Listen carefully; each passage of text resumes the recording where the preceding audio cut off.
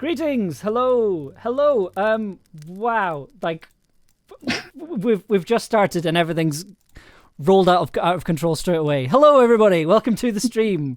Welcome to the listening party for Camlann episode 9. Hello, we are all here and we're now all on camera and we're all audible. So say hello, everybody. Hi. Thank you, everyone who has been putting gift subs and bits into the chat. That's incredibly kind of you. Thank you so much. And I've kind of said this a couple of times, but any money we raise from Twitch will be going into the next season of Camlann. So all of that support goes directly to the show. So thank you so much for that. And yeah, so. Welcome to the listening party. We're going to be listening to Camlann episode 9, the final episode of season 1. You'd think we'd have figured out how to do the listen-alongs by now, but no, we haven't. So we're still like freewheeling the whole time. It's free jazz all the way. I'm joined by some fantastic cast and crew members of Camlann who have come along tonight to celebrate the end of this particular journey. So let's do some introductions. So Ella, would you like to kick off the introductions? Aye. So, hello, I'm Ella Watts. My pronouns are she, her. I am the writer and director of Camlann. And I'm feeling the many feelings about being here tonight. And I was very nervous about whether or not people would like the ending. So I appreciate those of you in the chat who've already listened being really nice to me. Thank you. That makes me happy. Next up, Ross, please could you introduce yourself? My name's Ross, he, him. I am the production manager on Camlann, and I have had the most fun job of just organising all these wonderful people and letting them do their incredible, talented things. And yeah, just watching these episodes roll in has been incredible. I am so sad it's over. And unfortunately, it's vaguely my responsibility to make sure we get a season 2. So... So you shouldn't have said that. People will come for you. I know. They already are. If you would like, don't know my name. No. If you would like to help Ross, subscribe to the Twitch channel. Yeah, genuinely. Look at him. I mean, he's so beautiful. And also, he is my bye buddy. We all like bringing our pride flags because Ross brought a pride flag to the first stream, and that made us all jealous. So we all brought our pride flags. I bought that flag specifically for the streams. I covered Amber's flag. I covered all your flags, but I covered Amber's flags, and I covered Tobias's flags normally. But so next up on introductions, my Garrett. So sorry, we love you too. Next up on introductions, Tobias, please introduce yourself. Hello, my name's Tobias. He, him. I am Di in Camlann, and I guess my flag is the Sony logo. Live in your world, play it out. have gone too far. Your sexual identity is capitalism. Great. I mean, at the end of the day, I don't like that. My flag's in a different room. My sexual identity is not capitalism. Is it in the room with us today? I'm pan. If anything, my sexuality is capitalism and everything else. Tobias is a gamer. I hate that. So this has already gone off the rails. And Harad, please introduce yourself. Oh, hi. I'm Morgan. I'm Angharad, and I'm. Straight away. We're so bad at this. We're all sober. I need to write that down. I can't remember which one it is. I'm Angharad, and my pronouns are she, her, and I play Morgan in Camlann. And I'm sorry for not having a flag, but I do have a Welsh dragon on my necklace, if you can see. Yes! Amri! Solid choices. Excellent, good. Okay, next up, Robin, please introduce yourself. Hi, I'm Robin Holdaway. I play Perry. My pronouns are they, them. I'm sorry for the disaster mess behind me. I was about to say I'm sorry for the disaster behind me, and then I realised my wife was sitting behind me, and I'm like, no. I'm sorry for the disaster of my house. We just moved, so everything is in boxes. Please bear with us. Also, if I sit too close to the screen, I white out, which is truly alarming for the level of whiteness that I am managing to. I'm going to start sparkling in the light. I mean, the real plot twist of today's episode is that we find out that Perry is actually a Twilight vampire, and then like the whole story just takes a completely different direction. No, nothing changes. It is exactly the same story, and it's never mentioned. I honestly could see Perry doing the like snail effervescent meme. I could see them doing that sincerely. I don't think that they would even be ironic. Anyway, Paul, please introduce yourself. Hello, I am Paul, he, him. I play Gwaine in Camlann, and I do not have a bi pride flag with me, but will this show up on... Yes, it will show up. Yeah! Okay. Yes, There's some lighting. purple lights. I hope that's a good Yay, compromise. gay lights! Bye lighting. Amazing. Okay, thank you everyone for introducing yourselves. You're Paul all about to gorgeous. drop a sick video essay. If it's not at least 3 hours, it's not worth watching. Paul, are you a comma guy? I wish. He's just Paul is such a good voice actor that H Bomber Guy doesn't have that Scottish accent at all, because it's just like all right, Amber, my love, Yes. should I say some nonsense about the episode, or are we good? I mean, we're as in to get started into the episode. Do you mean? Yeah, what do you want to do? It's your stream, babe. We have a flag. We have more flags. Okay, we I have just got handed this to the biscuit hole. But the biscuit's on my Biscuit hole! I love biscuit hole! That's a reference for another stream. If people haven't seen that, I promise it's not dirty. Thank you, Beck. We appreciate you. I feel like Love you, babe. I feel like we do need to take a moment to talk about the fits on visible on stream tonight. Basically, this has gone. Most of the people came on stream tonight and went, "Oh crap, I'm underdressed," and then proceeded to go back and get changed and put something else up, myself included. So yeah, I just want to take a moment. Tobias, do you want to explain? Do you want to explain what you're wearing Tonight, today? I'm wearing. So I was also wearing this shirt, which is my flump shirt, but this is too warm. So for anyone that doesn't like chest, I apologise, but it's not going to change because it's warm. I got this for New Year's Eve a couple of years ago from the women's section in Next, and I've never looked back. What the fuck am I saying? I like this jacket. It's a good jacket, and for people who have never recorded in a booth like Tobias's, which is what a lot of professional voice actors use, we're all fucking hot. It's very well soundproofed, but unfortunately, keeping out the sound means it also keeps out air circulation. That's why I never used to have curly hair. It became humid from just being in here. And you can't then have air conditioning because it makes noises. Yeah. The heat. Air conditioning makes I so have many this. noises. Oh, sweetheart, baby. Yeah, no. When directing remote actors, I have to factor in times when I tell them to leave their booths because I'm always kind of vaguely panicked about them passing out from dehydration. Anyway, It's why a lot of your favourite actors will in fact be recording in their pants, and that's a lovely thing for you to know because we're all just there like, I can't, I'm just dripping with sweat. I mean, I don't know that we necessarily need to encourage people in that direction. What I will say is that Camlann was recorded in studio and everyone had their clothes on, which we There are photos and everything of the studio. There'll be other things. Well, except for me being locked in the other one, but we don't talk about that. Paul's not locked in a room. In Amber's dungeon. There's no dungeon. They live in a flat. I just want to say, for legal reasons, Paul was not locked in a room, and everyone had their clothes on. We are funded by a public arts body that has very recently got into trouble for funding explicit material. So legally, I'm going to say there is no wasn't aware explicit of this. material in Camlann. It is everything. Public arts body that funds our public arts bodies. okay. I don't know what that means. Oh my god. Bye.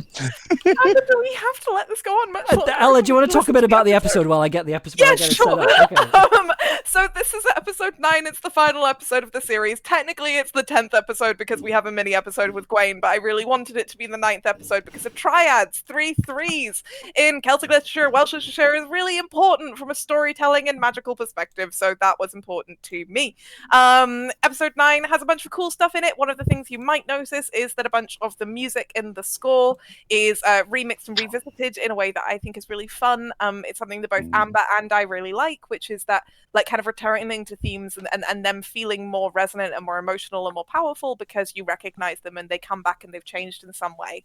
It's something that both of us really like. Also worth mentioning, one of our listeners is doing a thesis about fiction podcast communities, and kind of, like all of the fun and colorful people that make up fiction podcast communities. They are asking people to fill in this survey to talk about like watching the streams. So if you want to tell an academic what you have seen here today, then you have that option. Apart from that, today's episode, the content warnings are available in the show notes of the episode, but if you want to go check them out, please do check them. We always include content notes so that you have the ability to keep yourself safe. We also have transcripts written by our gorgeous Ross McFarlane. So if you have any kind of auditory processing issues, or you just find it easier to keep focused on an episode by reading along, I know I do, then you can do that as well. For the people who are new to the stream, in a moment we're all going to disappear from view, and we will be playing the episode, and we'll just kind of be hanging out for half an hour, and then we'll come back on to talk to you, talk about our experiences of recording the episode, and answer any questions you might have. If you have any questions for anyone specific, please do say who you want to answer your question. Just be like, Paul, can you tell me something about Gwaine or whatever. But other than that, I will generally be trying to sort of moderate this, and Amber will be running the tech side, and we will all hope that Tobias does not get carried away with the soundboard again. I don't have to do it on my iPad, it's fine. I've been silenced by my own tech. Hoisted by your own guitar. I was going to say that, Robin. Anyway, Same cool. brain cell. Yeah. So yes, the last thing I guess to say is that much like episode 7 and episode 8 and episode 6, one of the things that's kind of fun about this episode is that the opening kind of breaks the pattern a bit from our traditional opening with a fire and Dai singing, and we shall see what that sounds like shortly. Are we all good to go? We are good to go, yes indeed. Yeah. So we'll be back in about half an hour. So from all of us here, we hope you enjoy Camlann episode 9.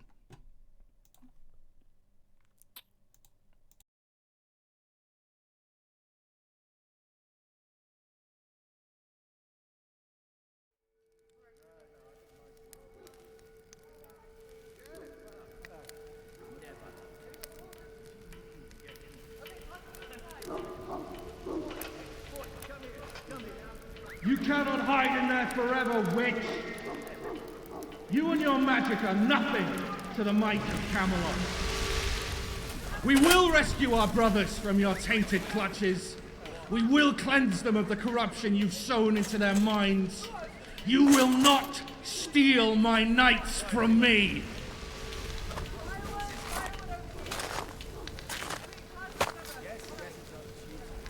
No luck, my lord. It seems as if no mortal weapon will breach whatever this is. Then you need to try harder. It will fall in time. There is no story in which Morgan Le Fay triumphs over King Arthur. Yes, my lord.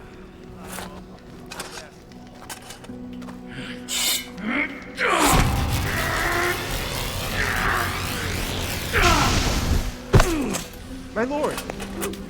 I'm fine. Focus on the shield.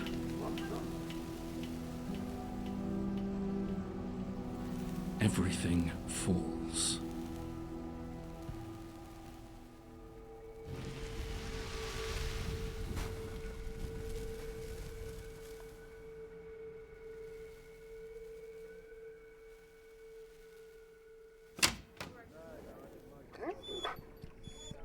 I see it.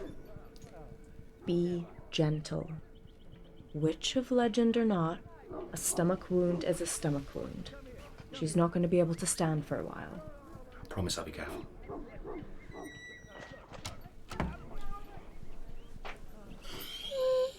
Hey. Hey. You scared the shit out of me, you know. Guess it was my turn for a near-death experience. Is this what it feels like every time? Depends. What does it feel like? Like I was gonna die. Like I couldn't breathe. I saw you on the floor and it was like the world stopped moving. The universe isn't supposed to exist without you. But then it did. Suddenly time was moving again and everything was happening so fast, and I was looking at a life where I was supposed to pretend to ever be okay with a world without you in it, and I just couldn't. Yeah, it always feels like that. I'm sorry. I'm so sorry. Hey, it's okay. You're just you. Rushing into things head first is kind of you a thing. You can't help being who you are. I can take responsibility for it, though. Are you gonna tell them? I think I have to. After you... When it happened, I kind of blacked out for a minute. When I came to, I'd created this massive shield all around the cottage. It's like a blue, translucent dome. Still out there. It's keeping the nights out, for now. Of lack of trying. What do you mean, kind of blacked out? It was like I was drowning. Or burning up. Suddenly I was just being consumed. It felt like a hurricane. I'd lost control, and whatever it was going to use me up and spit me out. It was like riding some massive beast, and at any moment it would shake me off. And then suddenly, it just clicked. I could feel the earth through the floorboards, through the walls, through the foundations of this cottage. I could feel all the way down to the mud underneath it and the worms in the soil. And then I could feel everything. Every inch of dirt from Land's End to John O'Groats, every flower and tree and insect. All of it. A whole universe of life waiting to spring when summer comes. It was like muscle memory. I just pulled. So the land gave you a shield? I think so. I think maybe everything everywhere has always had a bit of magic in it. And the cataclysm just made it easier to see. That's terrifying. It doesn't have to be.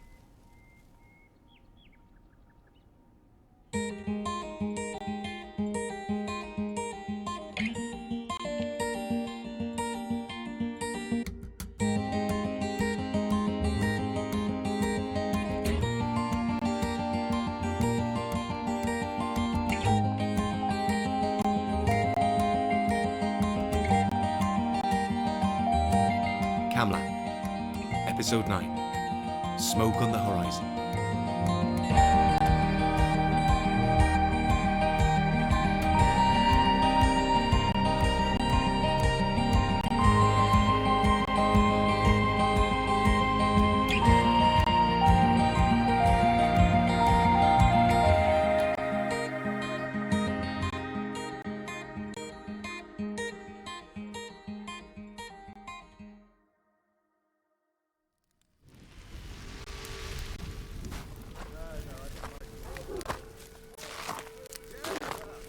Sir Gawain, have you remembered your loyalty at last? Not exactly. Are you sure about that? Come here. No. Sir Gawain, I am ordering you to come here. I said no. Come here right now.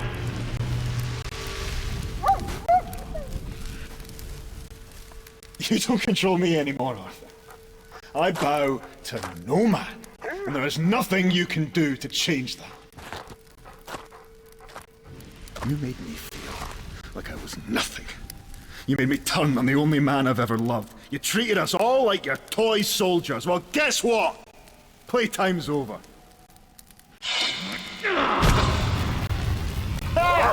Hey! Go on! Break it! Come on, Arthur, let's see what you're really made of! You want to put me in my place so badly? Try fighting me when I don't have to let you win.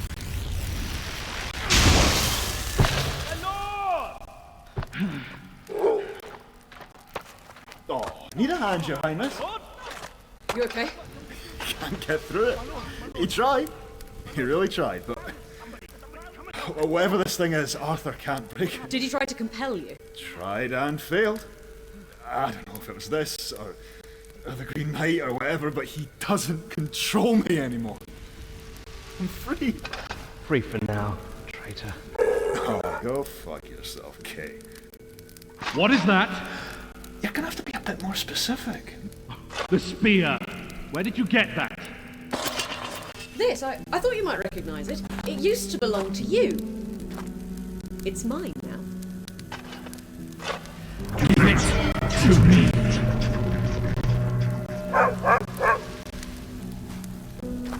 No. Ah! You're powerless! You can't do anything. You lose. My lord? Enjoy your little victory. You'll return to me eventually. When your nameless boy is dead, and the witch betrays you, and you realize that you are alone in this wasteland, and the only family you've ever known still waits for you to the west. You will return to my side, and I will not have forgotten this. Don't hold your breath. Starting to doubt, yes, Check. Or is all still well in Camelot? You know how this story ends. It isn't happy. You know nothing. And yet I'm standing here, free.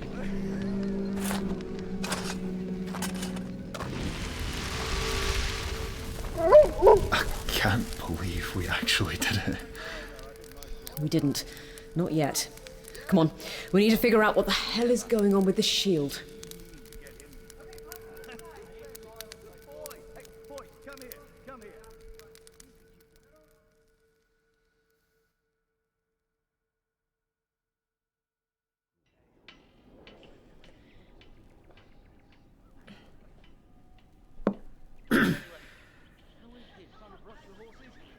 Why don't they just leave? They obviously can't get through the shield. For all they know, it's some kind of trap from one of the phenomena and we'll all be dead by sunset. For all we know, it's some kind of trap from one of the phenomena and we'll all be dead by sunset. Arthur needs names. Me, Peredir, and anyone else he can find. With so few people left, it's an arms race. He needs as many named people as possible to maintain his defences. If he knew you were a Guinevere... I'm not an object. He doesn't care. You're part of the story. You're part of his story, specifically. Not to mention, Morgan's a threat. He's terrified she'll make a Mordred. The fact that she has no interest in having children isn't important. What matters to Arthur is what happens in the story. So they're just gonna stay here? Keep attacking the shield? It's a siege. Glad I brought supplies. Kinda thought we'd have more time for feasting, but at least we won't starve for a few weeks. We really need a better understanding of what the shield is and how it works. Has anyone seen... Di, hey. How is she? I think she's gonna be alright. Which makes two of us who would be dead if it wasn't for Gwen. Thank you. Don't mention it. You look like you're on death's door. Feel like it.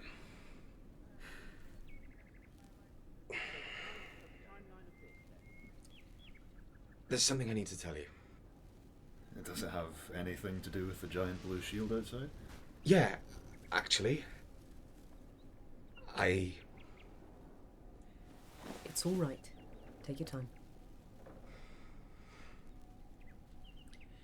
My name isn't actually Di. What? Well, no, I mean it is actually Di. David, that's my middle name. And people do call me Di, especially English people, because they've spent 2,000 years on our border and haven't learned to pronounce the Welsh language, but it's not my first name.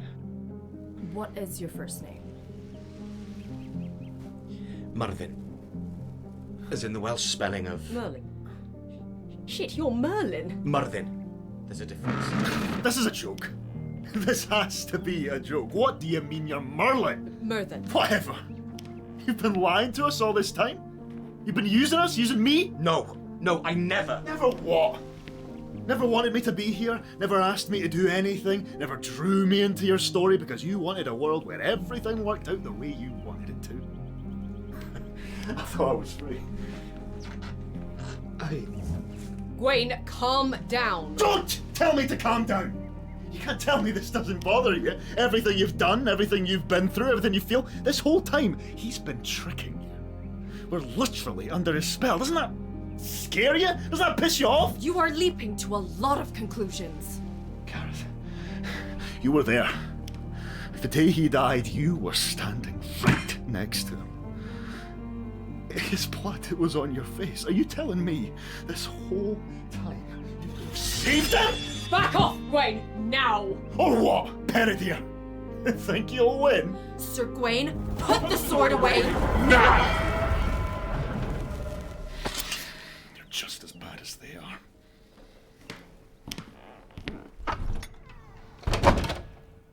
Oh, fuck.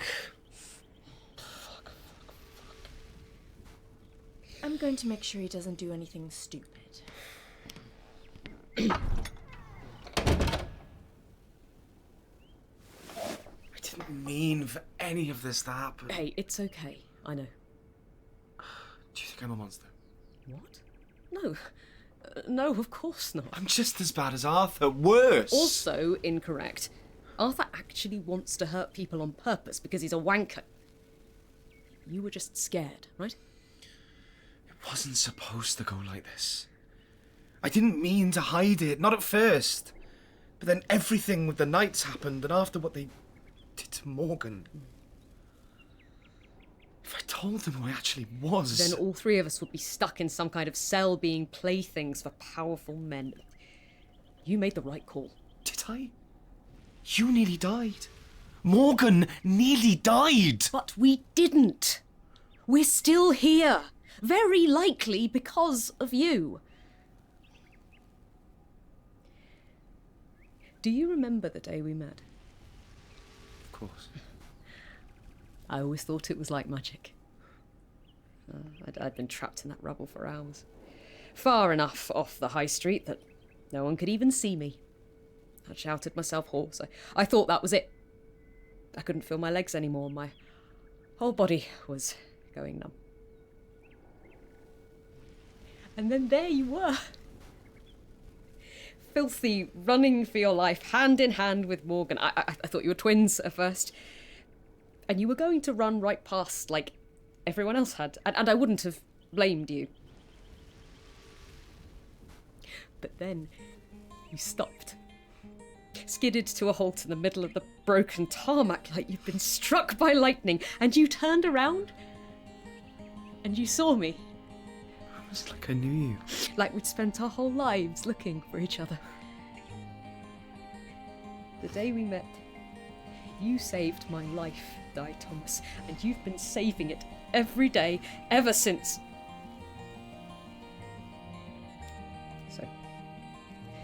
So maybe your name is Merthin, and maybe I'm gonna feel weird about that when the shock's worn off and we don't have a literal army at our doorstep.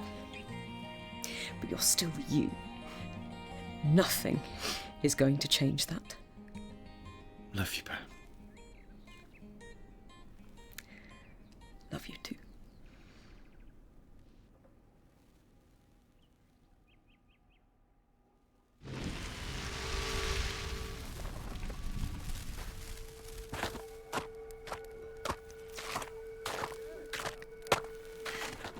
Gwaine! Wait! Fuck off! Seriously, please, wait! Why should I listen to you? So you can play with me too? I'm not your doll. Leave me alone. I'm sorry. I shouldn't have done that. But you did. You drew a sword on my friend. I wasn't gonna hurt him. So did you just want to scare him then?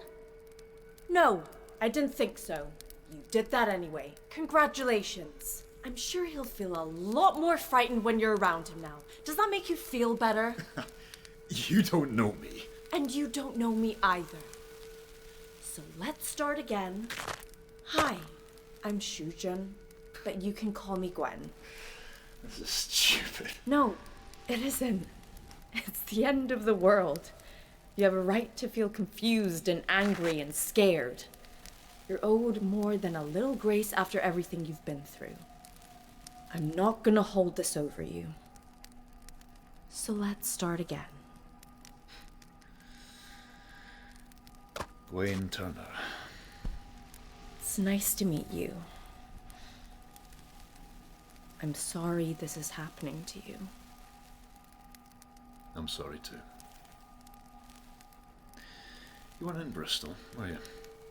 Lester, there were 25 of us to begin with. And now? Just me. Fuck. You know the power Guinevere has? Diplomacy. Do you know how useful that is when you're trekking through the wilderness fighting monsters? When you're trying to save your best friend's life? When you would do anything, and I mean anything, to just once finally win. You spent weeks on your own out there. You have an idea of what it's like. But it was months for me, stumbling through the darkness, unsure if I was ever going to find anything or anyone.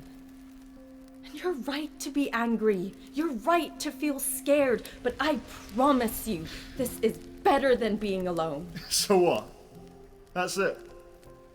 Either suck it up and play pretend, or throw myself at the darkness and just hope it eats me.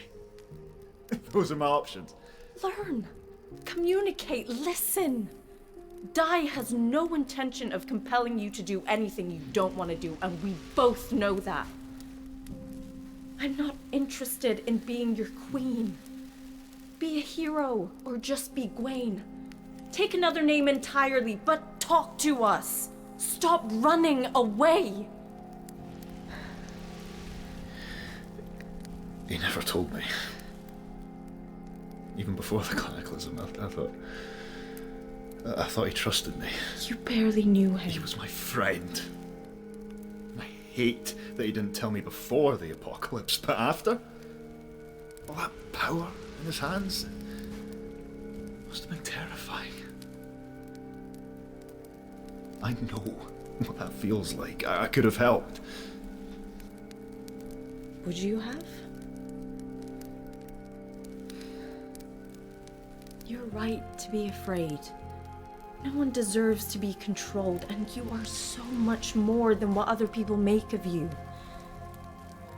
But you cannot be the man you want to be if you keep running away from your problems, and you cannot love the way you want to love if you can't learn to trust. But he lied. So did you. We're not fiction, Gwaine. We're not stories. We don't make sense and have neat moral endings. We're messy and complicated and flawed. We are going to make mistakes, and we're never going to stop making mistakes. I don't think being human is about avoiding imperfections. I think it's about how you grow. I think it's about what you do when you're faced with the flaws of other people and how you want them to deal with your own.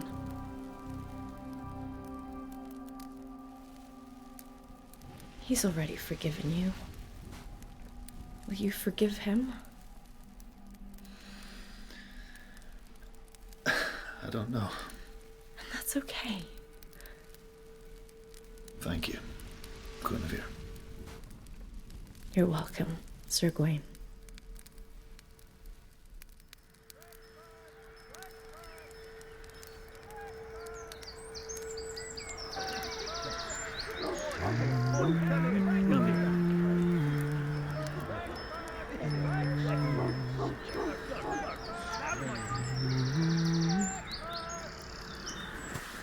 Holy shit.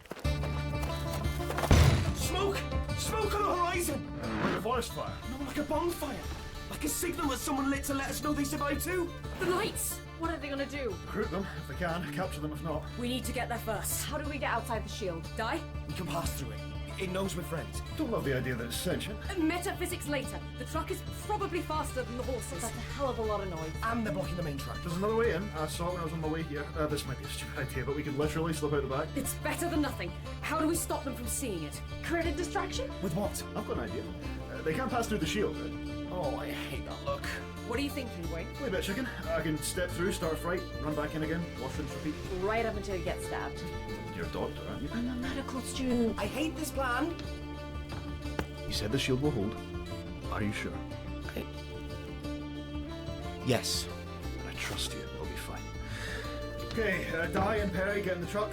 Gwen, stay here with me. Morgan's in no state to be going anywhere. And you? I'll handle the fireworks.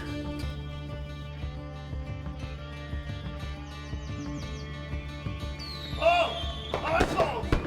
How many of you incels do you reckon it takes to choose a white bomb? You think they were literal fireworks? You know, Wayne. Come on, it's right.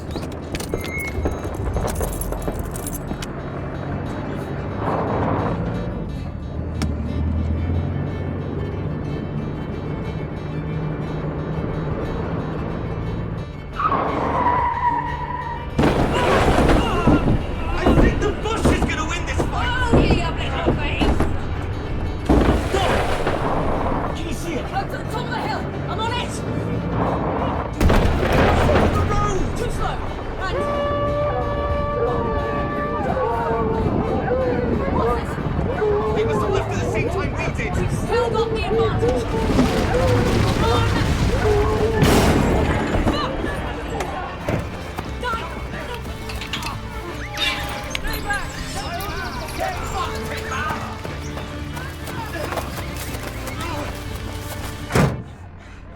What are you doing? Move!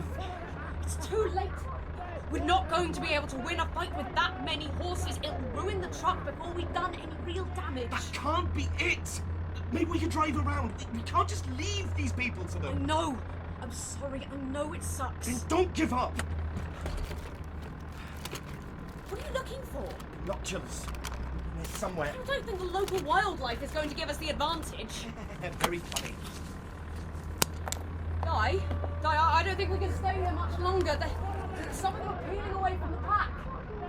Di! Look, what is... Oh my god. Amazing. I cannot believe that. This is incredible. There's fires everywhere. And we've gone a bit further than we meant to, but it's fine. We've got enough food and... Di, slow down. Where are you? St. David's. What the hell are you doing in St. David's? It doesn't matter, Morgan. Listen, it's incredible. It's not just the farm on the hill. It's not just us. It's not just the night. Oh, what isn't? Fires! Morgan, I lit the beacon and they answered. Gondor pulls shades and Rohan will answer. There must be dozens, hundreds of them for miles and miles. It might be as far as Happer. Even further, like stars strung through the hills. Everywhere we look, all at once. People have lit fires to tell us they survived. We're not alone. There's not dozens of survivors. There's not hundreds. There are thousands of us. They're alive. They lit the fires. Morgan, they saw us. They're alive. They're alive!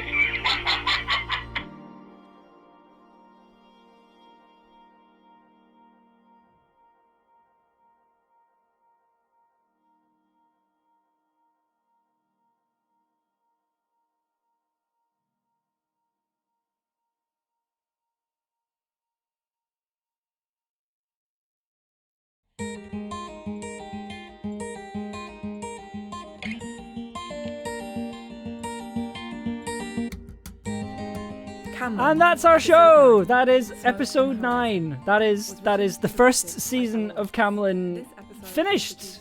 It's wrapped. That's a wrap. How does it feel to have a whole series out and released, and that there isn't going to be any more for a while at the very least? Where's everybody at? It's been 10 years, babe.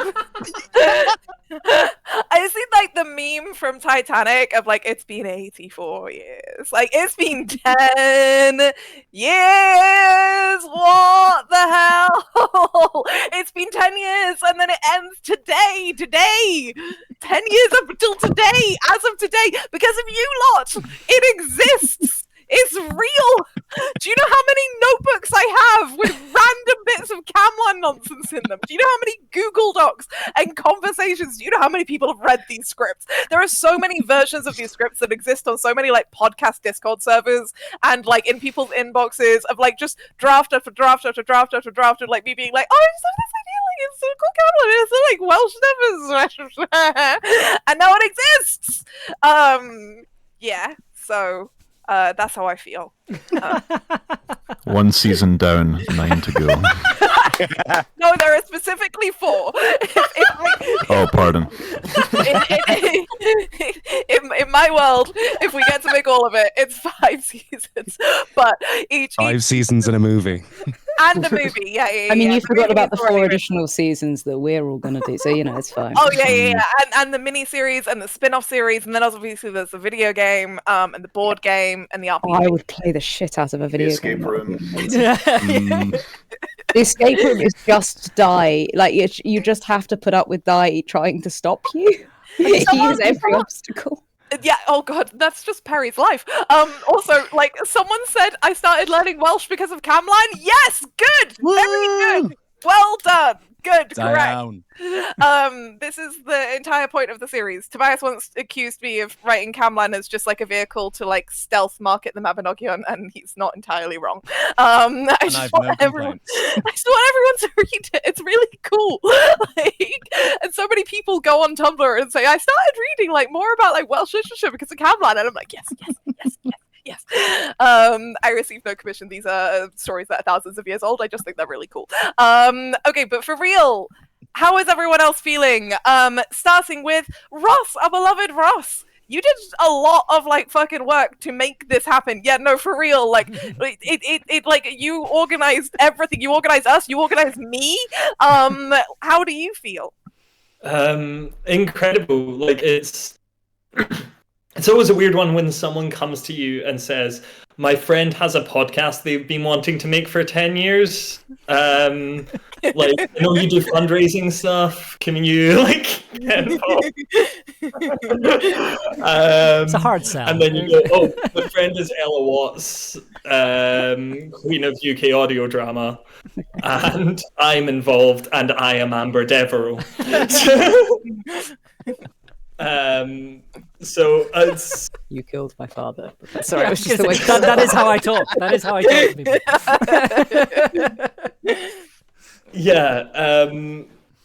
Yeah, like it's very strange to think that I think that conversation took place just over a year ago.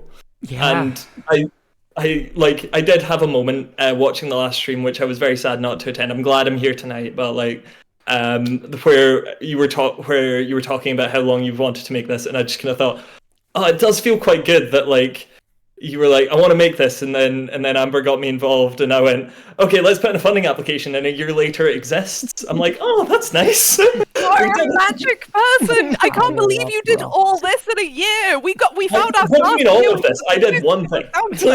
You did not just do one thing. Fuck You off. really did not just do one thing. You don't get away with that. Like, Ross is like the heart, soul, and backbone of Camlann. Like, he is the structure, the support, the tree on which we all grow our ivy. Without Ross, like, this entire thing doesn't exist. And because Ross is here, it meant that it was actually fun to work on instead of just exhausting and painful, because Ross just stood there and was the strong person and the stable person and the loving person and the kind person who made it possible to do. At no point will I accept anyone diminishing Ross's role in this. Everyone in chat say thank you, Ross. Thank you, Ross. I was very excited when I got to read the scripts. I was very honoured that you would allow me, after so many wonderful and incredibly talented people have read over these scripts. I'm so glad that you allowed me to work on them as well as a consultant. And I got to then, I basically made a little schedule for you all, and you all came in, did your thing incredibly well. That schedule worked not because it was a very intricately crafted schedule, because you're all really fucking good at your jobs, and you came in and did your jobs incredibly well. Then I got to sit back and watch as it came together in all its constituent parts, and it's been incredible. I love this show so dearly. And someone else please take on and speak from And you here. gave an amazing performance in episode 6, Ross. Yeah, this is true. You die. You get eaten by a cyclops. I appreciated Ross and Amber letting me rope them into Walla, and also like I will say some other things. So Ross was really was like story editor. Like Ross and Amber gave story editing, but because Amber knew that they would also be adding a lot of their own creative flair and decision making to the sound design and composition. Like a lot of the changes that Amber made to the series and a lot of the interpretation Amber gave to the series came in at the like production stage, whereas like Ross like gave a lot of like sculpting to the story at the story editing stage. So like the reason that the Lantern Man even exists and that there is a monster in episode 3 is because of Ross. The whole argument with Morgan and Di about Di's name, the way that exists and the way that scene is written is because of Ross. There's like little bits and pieces of like queerness and humor and monsters and pacing that all happen because of Ross. And so if you enjoy things like the tension or the scary bits or the jokes or how queer everyone is, that's Ross. Yeah, we all say thank you, Ross. We also have, of course, our beautiful cast, which is just, again, like for me, it's been 10 years and we saw lots of actors and we had to look at all of these amazing, we had many wonderful people audition for us and they were all brilliant. And they know that because we emailed them to tell them that afterwards, but I'm saying it again because it's worth saying. And it was terrifying I mean, I can't speak for Ross and Amber, but it was certainly terrifying for me to like be like, we have to pick one like for each role, and we have to like, because I mean certainly for me, like, you know, Di, Morgan, Perry, Gwen, like they are so close to my heart, and I was like, I have to give my heart to the stranger and let them do something with it. I don't like that.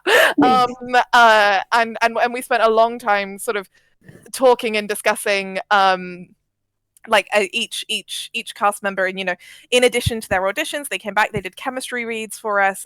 They also gave us a little bit of information about themselves, which they could kind of choose to volunteer as much or as little as they wanted.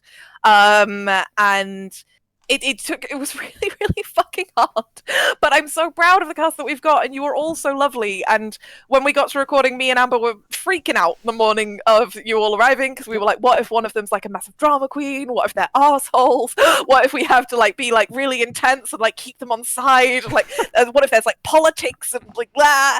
And then everyone turned up and they were all just massive chaotic nerds. It was a delight. And Angharad seemed well behaved at first, and then we learned that wasn't true. No. We not locked Paul in a room. You all just you made it better. And it's weird when you're writing and directing a script, because you really have a very clear idea of how each line you think is said, both because you wrote it with a certain performance in mind, and then when you're directing it, you also like obviously have an idea when you go into a scene of like where a scene's going to turn and how it's going to turn, and which are the moments of levity and which are the moments of conflict or tension. And what was really delightful with all of you was that, like, kind of at the start of the project, I was like, I would like you to feel able to contribute to your characters, and I feel like by the end of the recording you were all able to kind of be like, oh, can I try it like this, or can I do this line again, or like, I'm wondering if we do X. And I think that every single time one of you would change something or disagree with me or slightly tweak a suggestion I had and go in a different direction with it, it always improved things and made scenes feel more natural and more real. And I feel very blessed and very lucky to have worked with such like skilled professional actors who all give so much thought and care to your scripts and to your work. So speaking Did we say thank you to Ross, by the way? Something that wasn't said. Something that we didn't say about Ross is that Ross also read in a lot of the lines. Ross was Kay for quite a while and other things, and because we didn't have all the other lines, not everyone was in the studio. So thank you, Ross, for being a wonderful, wonderful asshole and various other things. It was a very weird day when Ross did the entirety of episode 6 just by himself. I know. But you know, for continuity. Yeah, like exactly. We didn't trust them to read it, so we just needed Ross to do a one-man play. For clarity, also, I hate voice acting. Yeah, can confirm. I did. Can confirm. I did. Like 2 seasons and many seasons of a whole show as one of the main voice actors. I really don't like it. It's not for me. I respect the shit out of everything that you all do.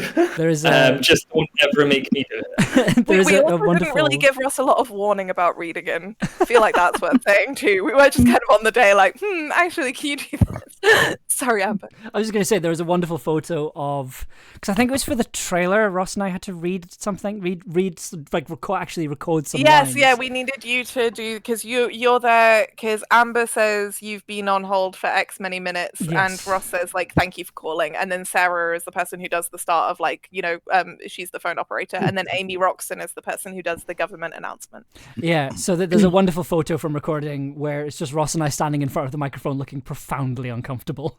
They really did. They looked like little wet kittens. I was sitting there and they looked like they were just like they'd just been dropped in. Ross had this beanie on and he just was like, I really like, I felt like I needed to take him in from the cold and wrap him in a towel like a baby bird.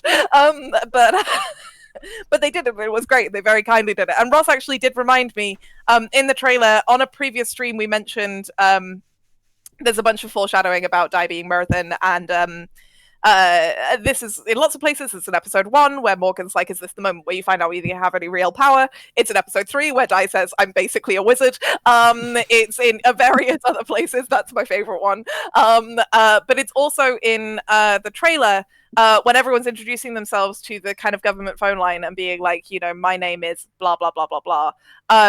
Di's one, instead of him saying his full name, he says, just call me Di. And it was the way we directed Tobias at the time was because like it's an English person on the phone and he's saying Merthin and they don't know, they keep trying and failing to say it. And also this is like an emergency. So Di just gets annoyed and is like, just call me Di. But also it's so that when you hear the trailer, you don't know his real name, but he would have given his real name to a government person, of course. So fun fact. Anyway, Tobias, how are you feeling? Wow. Yeah, I'm just. I mean, I said a lot of it in the video that got posted on socials earlier, where it's basically me nearly crying for most of it. You're all just really lovely. Like, my glasses are fogging up. It's just such a lovely project. Everyone is so lovely. The writing is so good. The work from everyone is so good, and it was just such an easy project to do. Just in terms of like feeling you fit in and feeling you can work with everyone from the get-go. Like you said, we weren't all arseholes. We weren't all difficult. So it felt just nice and settled from the get-go. And yeah, it was just like there were certain things that I'd never been able to do before as an actor, or that I'd never been able to get to before as an actor without methoding it. I hate method acting. But yeah, like the thing where I cry about Gwaine in episode 5, like that was genuine tears because of how good everyone else's performances were and how good Paul was on the other side of the mic and things like that. I was sort of like, oh shit, everyone's really good. This is great. Yeah, just we'll do series 2. We'll find a way. I don't know what else to say. I'm just quite sad because this has also been really lovely doing these streams and everything and just chatting to everyone. And yeah. No, hey, listen, it's perfect. And I will say, for people watching, I want all of our lovely guests. How does one method act being a wizard? He is a wizard. Wow. What one does is they take a step. Tobias is secretly, literally a wizard. I will say Tobias is, of all of the cast, the most similar to Di. Not the same, but definitely the most similar, to the point that sometimes I worry about Tobias being left alone in rooms with sharp objects or things that could be dangerous. I mean, yeah, here's a fun story for everyone, which I can't remember if I've told you all, but if you haven't heard it, then you will instantly think, no. I'm going to tell it really shortly. I broke my collarbone when I was 12 because we were playing blindfold chase on a trampoline. Yeah, again, see, literally. I what you were going to say, and I'm so glad you didn't say that one because I was thinking of a different story you've told us previously. Oh God, yeah, no, we're not gonna. That's not. No, I'm not doing that one. No, I know the one you mean. No, we're not doing that on stream. No, listen. I had not met Tobias before I wrote the Camlann script. But it just turns out he existed out there. Anyway. All right. So I will say for people watching, we're gonna hear from each of our lovely guests. So we're gonna hear from Angharad and Paul and Robin. And then I also want to hear from Amber and how they're feeling. But then after we've done that, hopefully like around sort of 9:15, 9:20, we are going to take some questions. I saw some people sending some questions in the chat during the episode. I will say, you've all been very talkative tonight, and there's lots of you, and we're honestly not used to that. So if you do want to make sure that you get your question asked and heard and stuff, please do feel free to like repost them, and it's fine. I don't mind. And yeah, like I said before, you can put questions in and address them to whoever you want to answer them. So yeah, we'll do questions in a minute, but first of all, we'll kind of keep going around and finding out how everyone's feeling. So next up, Angharad. How are you here? Are you with us? Are you focused? Yes. Okay. How are you feeling about the end of the series? This is the end of Camlann. How do you feel? Not the end of Camlann, the end of the series. The end of the series. This is the end of the series. Yeah, it's very bittersweet. It's one of those things. I'm very sad, but just very lucky because it was my first ever job out of drama school. So unfortunately, it set the bar very, very high for me in terms of what other acting jobs should be like. In terms of like, I don't know how I'm ever gonna work with such a nice, friendly, talented bunch of people again, and maybe every job I do from now on is just going to be an awful letdown, but it's fine because I've had this, so it's okay. But no, it's just so surreal that it's happened, because it doesn't feel that long ago that I auditioned. And I remember it's the first audio drama I've ever auditioned for, and so I got so stressed about it, and I was on holiday with my family.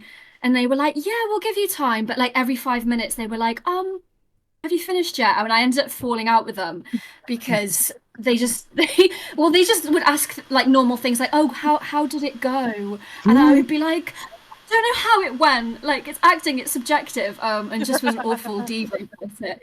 And then I got very hyper fixated with the Camlann Twitter feed, and basically like clicked on every single tweet and like saw who was liking it and saw if like how many people I thought would be auditioning, and then I scrolled back like years and years and years on it. Like I remember I mentioned like a video to you, Ella. I was like, yeah, what are you guys like doing this video in a forest? You were like, we did that like 5 years ago. I was like, oh yeah, it just came up on my Twitter.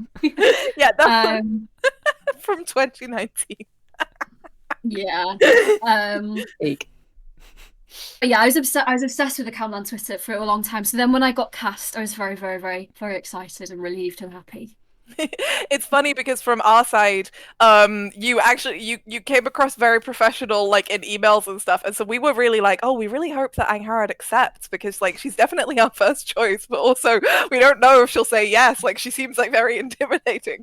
And then it was like like a whole thing where I felt like really relieved and very grateful when we got you through the door. Like, and also like one of the things was I think both people who were doing chemistries, we actually ended up casting. I don't think Paul and Tobias did your chemistry read together, and I know that Angharad and Nicole didn't. So what we did was we had Amber basically cut the lines and play them against each other, so we could hear how your voices sounded together. Because an important thing in casting audio drama is having voices that sound different, so that they're easy to tell apart.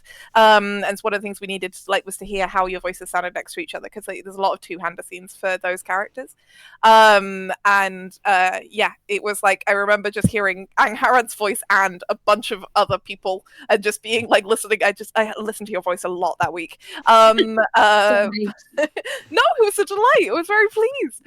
And again, we had a lot of really, really fantastic actors for every role. So it was like, yeah, it was interesting casting for Morgan, actually, because Morgan's character in terms of the writing changed a lot as well, where she's sometimes gentler and sometimes more acerbic. And in previous drafts she was definitely angrier, and in like, to be honest, this draft of Morgan is like quite soft, and I think she's still not really soft, but in comparison to previous drafts she's like baby gentle.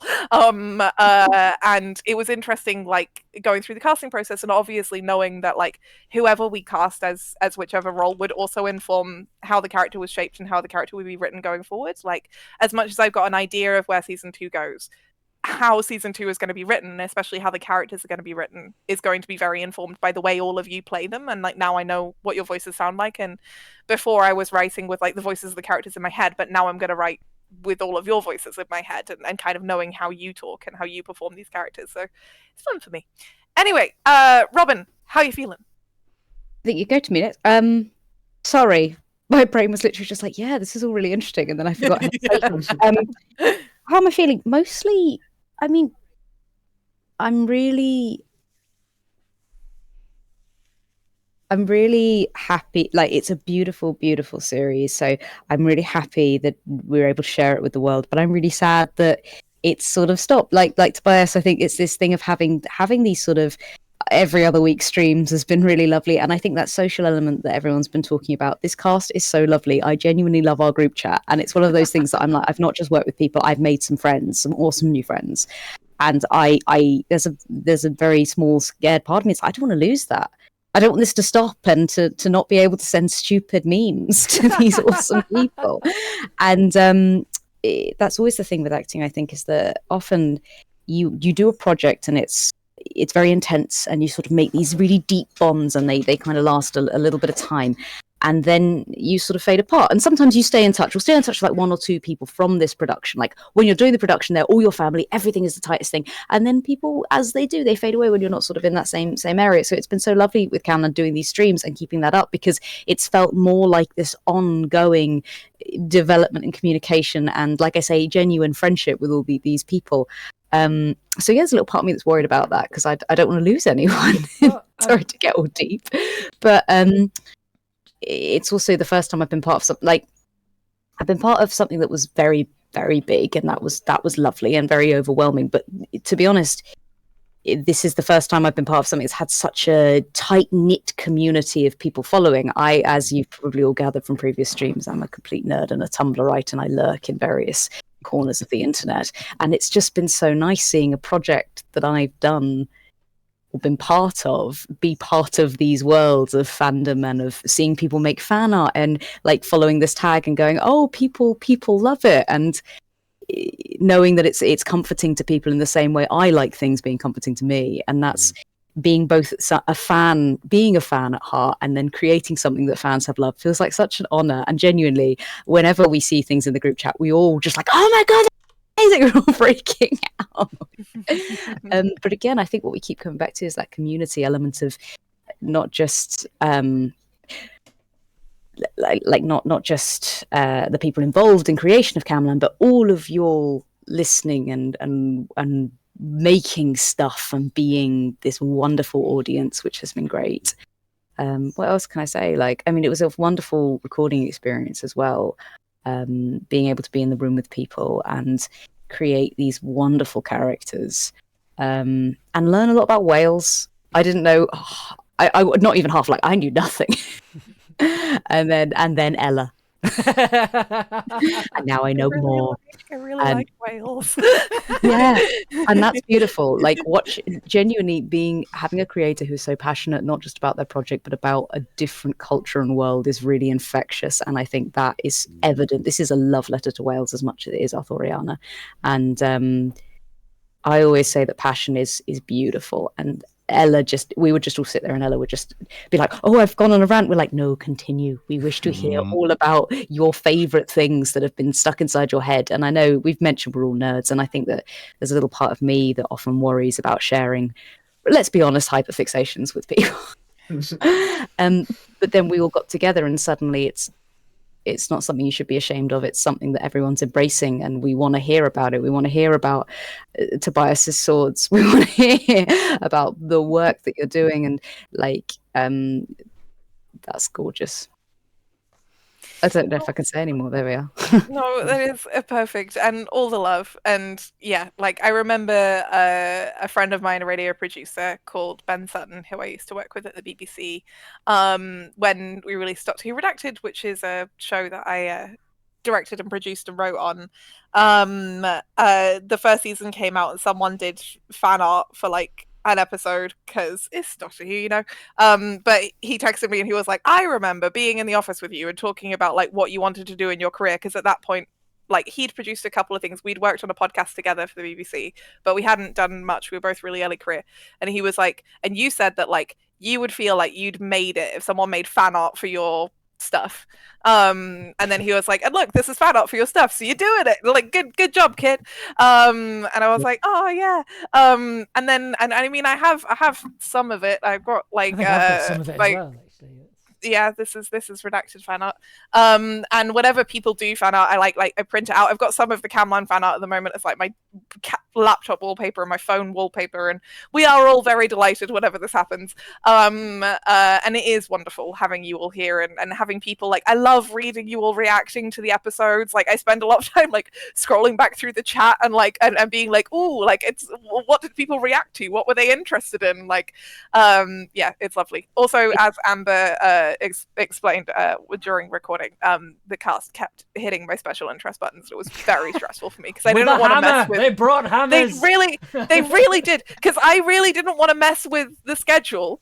And every day I was so anxious about the schedule. And another thing that Ross did was like every day I would go up to Ross and I'd be like, Ross, are we on time? And Ross would be like, yes, Ella, we're on time. And I'd be like, no, I'm worried that we're not on time. And Ross would be like, Ella, we're on time. And I'd be like, Ross, are you sure that we're on time? I think maybe we should make sure that we're on time. And Ross would be like, Ella, it's my job to do this. I need you to trust me. We're on time. Also, you have ADHD. And I'd be like, I just don't think that we have enough time. And like every single day, that interaction would happen for about 20 minutes. And poor Ross just had to stand there whilst I just sort of vibrated in anxiety at him. But then also in every break, I know that I talk forever, and in every break, you know, Angharad or Tobias or someone would be like, "Oh, so like, is this bit from the Mabinogion?" And I'd be like, "Yeah." And they'd be like, "So, could you tell us more about it?" And I'd be like, "Well, it's from the Fourth Branch." And they'd be like, yeah, so what is that? And they keep asking, and Amber would be like sitting there, or they'd come into the room, and I'd just be sitting there like just getting so stressed, and eventually they would like crack the dam, and then I just start telling them the entire fucking story, like the entire story from memory would not stop. It was really stressful. It almost became Pavlovian, knowing when we would be going back off of break, because all he would see is Ross get up from the little puff, just sort of like, okay, we need to. But it was seeing them get up and just be like, right, we need to go now. We need to go. I can't make a joke about the little puff. But anyway, Ross would get up off the little puff. The little puff. I was going to say I have a name. Ross but, sat on my back. Yeah. There we go. It's simultaneous. The thing I was going to say is when we're talking about like fan art and things, I find transformative work. I think what is a greater honor and a privilege than knowing your work has inspired more work and more art. And I'm like, that is so cool. Yes, no, actually, on that note, there is a person who has been writing poetry inspired by Camlann. I've never had someone write poetry inspired by a thing I've done before. I've been lucky enough to have fan art. I am not legally allowed to know whether or not there's fan fiction. I'm really sorry. I'm never going to read any fan fiction of anything I've worked on legally. I can't. But someone's been writing poetry, and it's so beautiful, and it makes me cry. Oh, hi, you are here in the chat. Hello. Yes, you're amazing. You're so talented. You're so good at poetry. I love your poems. No, it's wonderful. I love it. It's also really nice reading your poems, actually, because I think a lot of them was one that you wrote about names. It was after episode 5 where I was like, oh, you get these themes more than I did. There was something about the way you phrased it, and I was like, yeah, that's it. It took me like a whole 25-page script to try and say what you said in online in a poem. Cool. Anyway, great job. Thank you. Okay. Next up, Paul, how are you feeling about the end of Camlann season 1? Just the same as everyone else, really. Like Robin, I knew barely anything about Wales or the Mabinogion or anything. I didn't even know about Sir Gawain, really. And like Angharad, I was refreshing the Camlann Twitter for several days after the audition because I was desperate to be a part of it, because the key art of the series by something Manon, right? Ellen Who was Manon. it? Ellen Manon, yes, the incredible key art. That was on the casting call, wasn't it? On the sheet. Yeah. And I saw was that, it? and I was just. Oh yeah, it was. Yeah, sorry. I'm pretty sure it was, and just like something about it, just like the kind of cozy wee cottage. You can see the smoke coming out the fire. Yeah, and it's like a big scary woods all around, and like the smoke with tricked with, and the Kelpie and various other, not the Kelpie. What was the They're called something different, aren't they? I forget. Or was it? Oh no, it is a Kelpie. Even in Welsh, right? Okay, yeah. No, well, I just- mean, the Welsh one is a Cefnfor, which is just water horse, but also Welsh ones are actually universally benevolent, so it had to be a Kelpie because only Kelpies eat people. Right, so- Anyway, yes, sorry. Anyway, yeah, Wet horse. 4 legs of wet. But yeah, just that key art and doing the audition and talking to Ella, and you said you worked on it for a decade. Nobody doubts that for a second. That comes through so clearly in how well you know the world, how you've got an answer to every question, how, as I said before, I can picture every scene so vividly, and it's just so interesting. And I'm pretty sure, like, after the audition, I was like, and I meant this 100% sincerely, whether I get cast or not, please, make it good, because it sounds incredible. And luckily I got to be a part of it, and I got to meet all these amazing people, and it's not often I get to go in person and do like a whole full cast thing with a bunch of talented people. So getting to do that, I was a bit nervous, because I am the youngest, right? Yeah, You're the baby. You're our baby, yeah. And also you Zoomer came in like representation in Camlann. on like the last 2 days. Yeah, of the the penultimate recording. day. So Everybody yeah. else. And we're then I locked was in a locked- dungeon. We're not locked in a dungeon. Not a lot of time for socializing and getting to know people. It's my wife's Disclaimer, it office. isn't a There is dungeon. no dungeon. Yeah. Also, everyone so- in the cast had like essentially fermented by that point because we'd all got a bit Yeah. crazy from being in a recording studio for a week. So we were all like very bubbly and chaotic and a bit zany and unwashed. And then Paul came in like all fresh and bright eyed, and it was just this at him. I think my favorite thing about Nervous Paul is a very polite man, and a very sweet man. And there's a bit in the last 2 episodes of Camlann where Gwaine and Perry have to like yell at the knights. Paul said to me in the break before we recorded this scene, I know that there's this bit where it says I have to ad-lib, I have to make up stuff to yell at the knights, but I was really worried that I wouldn't be able to come up with anything, so I've written a couple of things ahead of time. Is that okay? And I was like, yeah, that's fine. And then we get in, and obviously, as you all have heard, now you've heard the podcast, Paul, when he shouts, he's real loud. He's significantly louder than anyone else in the cast. Like, Paul's lungs are impressive. And also, like, we're in Amber's flat, so it's bouncing off the walls. The studio is where Amber is right now. And Paul gets in, and we start the scene, and Paul shouts his like opening insult, which we couldn't use because everyone started laughing, and we ended up using a different take. But the actual insult that he originally used, which was still my favorite, is, "Hey Arthur, I've got a quest for you. Why don't you take that sword and shove it up your ass?" We're all so shocked at this incredibly polite man suddenly just bellowing in a very loud Scottish accent. That's very rude. It was everyone cracked up and we had to retake the scene. I believe we have BTS of this. I think we have. Yay! We do. Fantastic. It was Tin beautiful. Man one. Huh? Sorry? Was there a Tin Man one? Yeah, that's in the Which episode. that that did was an remain in ad-lib. the episode, which Oh, was good. get fucked, Tin Man. Yes. Which then actually caused us some sound design problems because we had to make sure that you could sort of vaguely hear armor and or a horse, but then there was a gate and it was a whole fucking thing. I'm sure Amber will talk about the sound design. Yes, no. So Paul did a wonderful job, and really came in and was so professional, and also just so many times. I mean, like the mini episode answer phone, which is like about like 10 minutes, I think. He just did that in like 1.5 takes. I barely needed to direct him at all. He just sat down and did the whole fucking thing. That's really hard. If you're not a professional actor, you might not know. Doing like a fucking 10-minute monologue once on your first day, fucking incredible. Like, and there were a lot of situations like that where we'd just be like, Paul, we need you to do this thing, and he'd just fucking do it. And he was like, hey, like I've taken this role. I'm not super comfy singing, but I'll do my best. And we were like, cool. And then he just did the opening of episode 8, and he just threw himself into it, and just put so much like heart and love into like everything he did. And there was something from your audition that we kept in the script that was not originally planned, where in Paul's audition, the chemistry read was the first conversation that Gwaine and Di have in episode 1. And Di thinks that Gwaine is one of the phenomena, but then Gwaine turns it around and is like, okay, well now you have to prove to me that like you're real because now you've made me doubt it. And I originally wrote that and I meant it to be serious. I meant that like Gwaine is like stressed and scared and that he actually does believe that like maybe Di's a monster. But in Paul's audition, he was like, well, everything you told me about this character, I actually think maybe he's just kind of teasing, like maybe he's joking, maybe he's kind of teasing Di a bit. Could I do do that as more of a joke. And he did that, and I was like, wow, that sounds so much better than what I wrote. Like, I prefer that. And so then when we got to the actual episode recording and we start recording, we're doing that scene.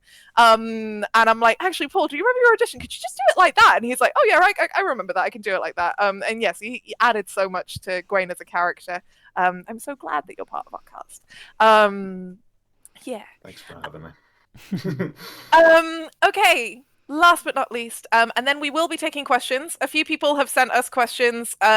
Feel free to add more, because once Amber has told us a bit about their experience, I will be sorting through the questions and directing them at our beautiful cast and crew. So please do send them along. But Amber, holy shit, you did so much work. How are you feeling?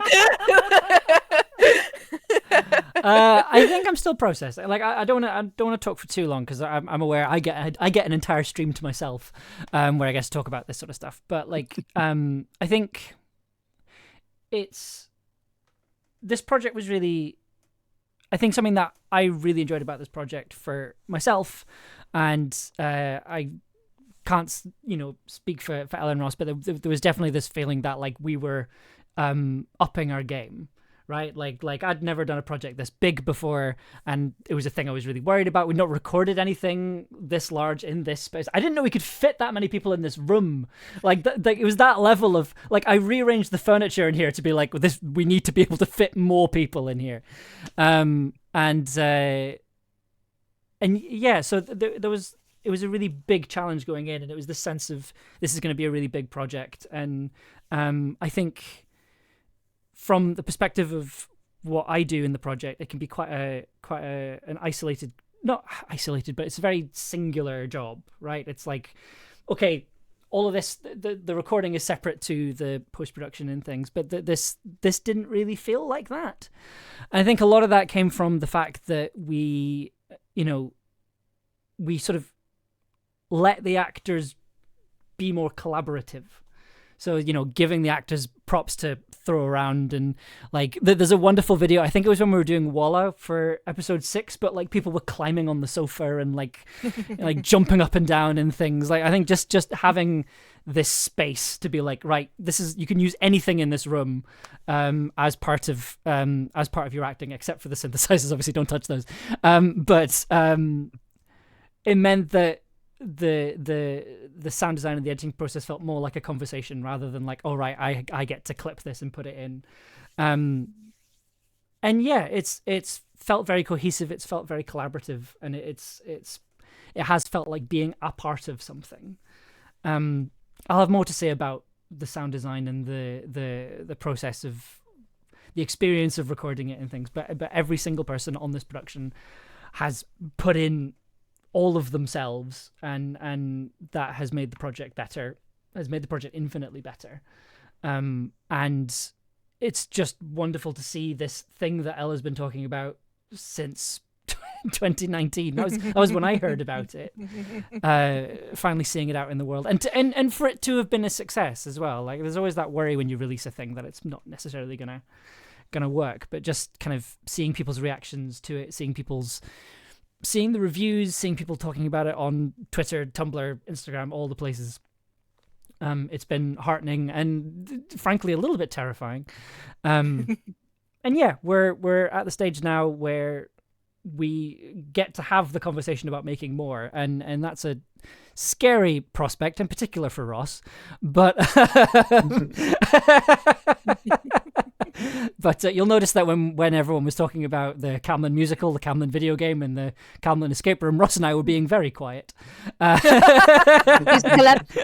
we could do a musical episode. We could do that. No. I've already had this conversation. I will not. No. No musical. Why no musical episode? No musical episode. Why? Musical season or nothing. No. I mean, yeah. Marlon, no. Don't you dare. Yeah. Do not make. What else musical? Okay, What if the interest in the mental well-being of my Amber? You know how if you get an exotic pet, you need to care for them in a certain way, otherwise they'll become unhappy.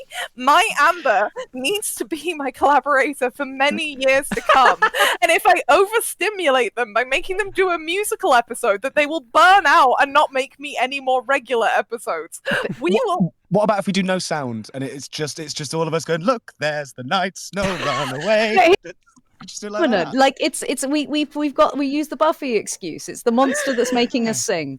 I mean, Okay, look, what about if we had a guest composer, or what if Amber did less? Not because Amber is a wonderful composer, but we could. Oh shit, the Lantern Man. See, guest composer, right here. I have a pitch. Okay. I have a pitch. Oh god. To make it less stressful on Amber, musical live show. No. How is that in any way? In any way, how is that less stressful? So you want me to make this thing with no control over the final product? What? Yep. Are you? then What? Angharad How gets is that easier? That's not easier. That is not a compromise. Cool. Just You do the. can just like you can just play bass. It's fine. We're just, we put it all on Ella. If anyone's wondering if this is what recording was like, then yes. If you're worried about singing, you could do a patter song or a rap. Alternatively, I'm Morgan telling doesn't you. sing. It is Oh. 9:30, so we are now going to take questions. If we do a musical episode, I will kill Morgan at the start of the episode, whether or not it's in the script. No, you'll be doing the Tittal rap. Oh yeah. Angharad, what if in the musical episode Morgan gets to make out with Gwen? That's all she does the whole episode. Yeah, so Ella's on board Gwen and now. Morgan. Her lips are just busy. She can't sing. Or just I hey. I'm not actually a doctor. I'll sing. I'll do anything. It is the immortal line. Just Morgan Le Fay doesn't sing. This is fine. Anyway, okay. How Amber, question for you. How is Hobbs the Lion coping with being in the spotlight? Has he started smoking? Has fame gotten to his head? Well, Hobbs is currently literally under a spotlight because you can see I've been moving some furniture around in here. Hobbs is doing well. Expect to see them in the new Acolyte series, the new Star Wars Acolyte series that's coming out soon. And I think they're in the running to be the next James Bond, but that's unconfirmed. You didn't hear that from me. What, in the logo or as Bond? Yeah. The new MGM line. They're not going to settle for being a mascot, okay? Like, I'm sorry, Tobias. I know that, like, you and Hobbs had, like, a bit of difficulty in recording, but, like, I really think that's, like, an inappropriate thing. Look, to it say was on just the public. way that Hobbs decided to try and pronounce certain Welsh words in quite a, I'll say it, xenophobic way. Look, we've discussed this, and I thought you'd signed that NDA. The non-disparagement agreement. Anyway, no, Hobbs the Lion is not xenophobic because Hobbs the Lion is a stuffed toy. And also, you should make an effort to pronounce Welsh words properly. I'm sorry, I didn't know regardless Hobbs of has whether or they not- them pronouns.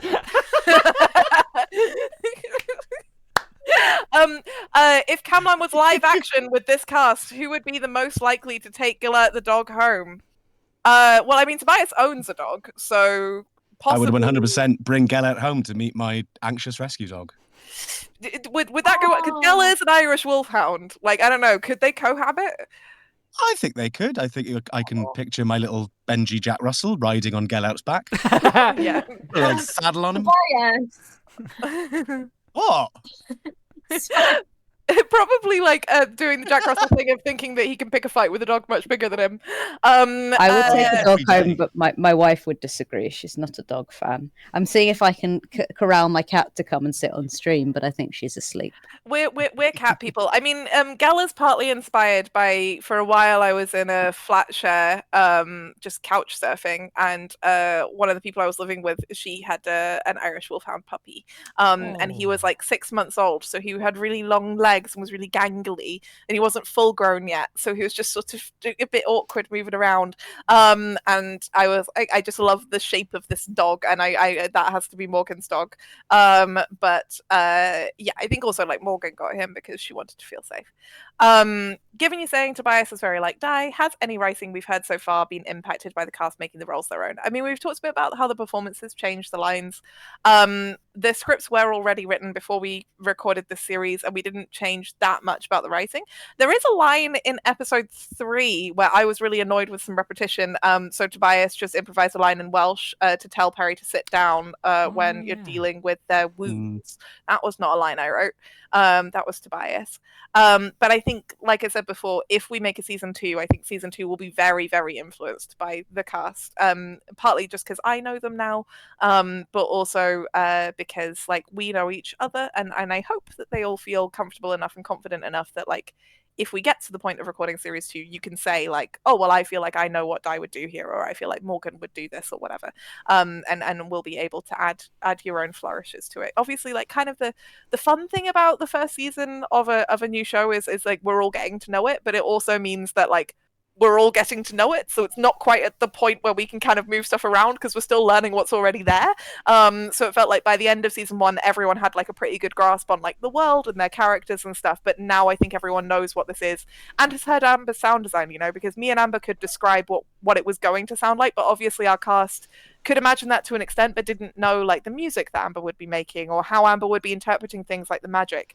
I didn't know that either at the time, which is more terrifying. I was just like, I hope this sounds good. Like, you remember having that realization at some point in the record week and just turning to, I think it was Tobias, and just being like, and y'all haven't even heard like even close to what this is going to sound like. Like you have no clue how good this can be once it's like all your performances are amazing, the script is brilliant, but like 50% of this is just Amber being awesome at sound design, and y'all don't even know. Question: can the Mary fluid be in the musical episode? Only if we are doing proper Mary, which is to say Mary isn't a cryptid. And I need everyone to just kind of understand that. But maybe. The answer is maybe. She just wants to go door to door and get some cheese, and there's nothing wrong with that. Exactly, and also be a little bit drunk, and that's okay too. Is this the horse skull? Yes. Yeah. There's the kind of a popular misconception by English and American people that Mary Lwyd is like a Welsh cryptid, but like it's more like Morris dancing. It's dressing up in a costume and doing a poetry rap battle essentially for Christmas. And it can sometimes be a little frustrating when people like bastardize it so that they get their version of magical Celtic stuff that isn't actually the real culture of Wales, which is quite endangered and needs to be protected. So anyway, jumping off the soapbox. Now, someone asked a question earlier, which was, can people in the series hear it when the magical commands happen?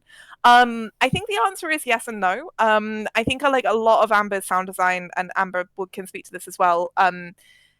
So there's a thing about radio, which is the radio is very psychological, like audio storytelling is very psychological. You are hearing things from a perspective. You are hearing things the way that characters hear things and feel things. And so sound design isn't just literally this is what the sound is. It's also how does the sound feel? Does this thing feel very scary? Does it feel very comforting? And that might inform how we do the sound design. And so certainly from my perspective, the way I imagine it is that the characters we needed to have the sound design show you how it feels to like have a command like that. And like, for example, I love the way that that Amber did the sound design for Arthur, in that like Arthur feels very scary, because for the characters, even for someone like Gwaine, it's very scary when Arthur does that. It's very imposing. But also like, I do think like within the world, there is like a weird sound to their voices, like that you can hear that something is happening, but sometimes it's more subtle than other times. So for example, now that we all know that Di is Marathon, Di brings Perry back to life when he has his big speech after Perry gets attacked by the dogs, when he says come back, and he says like this isn't how the story's going to go, and Di's doing magic there, but it's not as like heavy in effect, partly because like we aren't giving the game away, but also because Di isn't forcing Perry to do something or like imposing his will on the world. He's more kind of asking them to come back. And the same with Morgan, like in episode 2, when Di is drowned and Morgan tells him to come back, we hear that a little bit, because like that's Morgan kind of imposing her will on the world. But then sometimes at other moments, like with Gwen and Arthur, like in the moments where they use commands, like they are both like very much trying to show people that they are in charge. Like as much as Gwen has mixed feelings about having to use her power. Like in that moment, it's kind of like having like a bunch of naughty dogs fighting, and she's just like, shut the fuck up. And she's kind of like asserting the fact that like actually in reality this whole time she can make people do what she wants. She just hasn't been doing it because she's polite. But if they're all going to stab each other, then she has to interrupt. Valid. I woke my cat up to be here, and I feel slightly guilty. But I was enjoying the short film of you bothering your cat. It was yeah, it was. I was like, "Do you want to come? Do you want to come be a star?" And my wife was like, "Leave the cat alone." I'm like, "But the people have spoken." So, yeah, so they want the cat. They do, and to be fair, look at her. There was a beautiful moment where the cat sort of put her head like under the camera, and then Tobias went like that. Very weird. I'm now Bond villaining a little bit. It's good. The outfit is perfect. It's a good outfit. Good if anyone has any other questions, please put them in the chat because I can't find any more because it's a very busy chat. If you don't have any more questions, we'll just chat I do about think... like. Sorry. Oh yes, my love. I was just going to say, I think it's worth mentioning now, just before the end of the stream. Like, I think we are going to have more streams like this over the next few weeks because there's other things there's still more stuff we kind of want to talk about with Camlann. Like, so like, you know, these streams in some form are going to continue over the next few weeks at least while we get our bearings. So we'll still be here. Like, this isn't the last time we're all going to be on a Discord call yelling at each other. So please do stick around for those. Oh, if the Camlann cottage is a bothy, what did the crew write in the visitors book? Well, actually, it's not a bothy. It's my nan's house. It is my nan's house. It is literally my nan's house. That's where it's set. Up to and including the point where Di's like, oh, the people who used to live here were either hippies or pagans, because my nan is a professional witch. She really does have a bunch of Arthurian books in her living room. You really could do a lot of research. And in my head, what happened to the people in the cottage was they fully just went to the land of fairy and decided not to come back. They did that on purpose. They were like, fuck this shit. And then just left their cottage behind. Fun fact also, my nan actually got a grant from the Welsh government to rewild a bunch of the fields in her house. So if you go there, it's just this like cottage on a mountainside over this like valley full of forest and this river and waterfall, and like fills up with mist in the mornings, and then just like huge fields of wildflowers that come up to your shoulder height. It's a very beautiful place. And it feels very magical. Favorite line from each person. Does anyone have any favorite lines from the series? Either your own or anyone else's. If you can think of anything, let us know. I've said before, you're good with an axe, right? I'm a big fan of that one. Good with an axe. With the simplicity of it, the implication is fantastic. It's so bitchy. I loved writing that. It's really just like Perry being the biggest nerd bitch. Like, it's such a nerdy own. Metaphysics later. Metaphysics later. No, it's hounds technically. Hounds technically, yes. So there was a few fun Perry lines. Also, we contain multitudes is fun. Like, I'm just thinking of my own lines of this, but there are some lovely ones from lots of other people. I think Nicole had some lovely lines in this episode. What have you seen?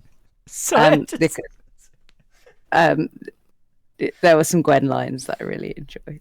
Yeah, the one I'm trying to get it up. When Gwen and Gwen are talking, and I thought I felt some kind of like connect. You know, I'm not 100%. I can't quite formulate it in my head, but I'm just scrolling back in the WhatsApp because I put it. Anybody just keep talking while I'm trying. For me, it's Gwen saying "Carity." Oh yeah, it's just so simple, but it hits so hard. Yeah. Especially a line like that coming from a non-Welsh speaking character, like just that ingestion of culture and language, and saying it in the way it was said, and it's just like and you deliver it very well. Oh, your speech about storytelling, the speech with "we're all stories" and all of that being important. That's all lovely. Campfire scene. You just said to me, And as long as you don't say it. Sorry. Oh, sorry. I said Rhiannon saying. Every fucking time. And Harrod, go. And Rhiannon saying, you didn't Was it you didn't fail your lover, you just needed more time? Yeah. That I one love every time. Gorgeous line. I love that one. That was so sneaky because I put that in so that you would all think he was dead, but he wasn't. She just means that literally, if he'd been on the phone longer, you would know he wasn't dead. She's a classic fairy. She knows that whole time. She could have just told Di. She doesn't. And then she has this line and she tells him like that, and she knows that he's gonna misinterpret it, but she also knows he's gonna figure it out really soon. So she's just kind of like, meh. There's a bit in the Mabinogi where Rhiannon sees all of time, and the way that I've interpreted that is that she just has precognition. She just does know what's gonna happen most of the time. There are some blind spots she has, but like in general, she's got a pretty solid idea. Yeah, the time blade. We've all seen it. Yeah, that's my rare pair, Rhiannon Perry. Someone said the "Do not break my things again" Peredia, and I'm just like, ooh, I'd ship that. Excellent. Comes back to how we just all want a beautiful woman to kick her ass. You're calling me out on Maine, Ella. No, I mean, hey, me too. Okay, me too. Also, I will say, we don't have long left, but also, two things. I am very happy to give you cryptic hints about things that I am planning to do in season 2, although I make no promises.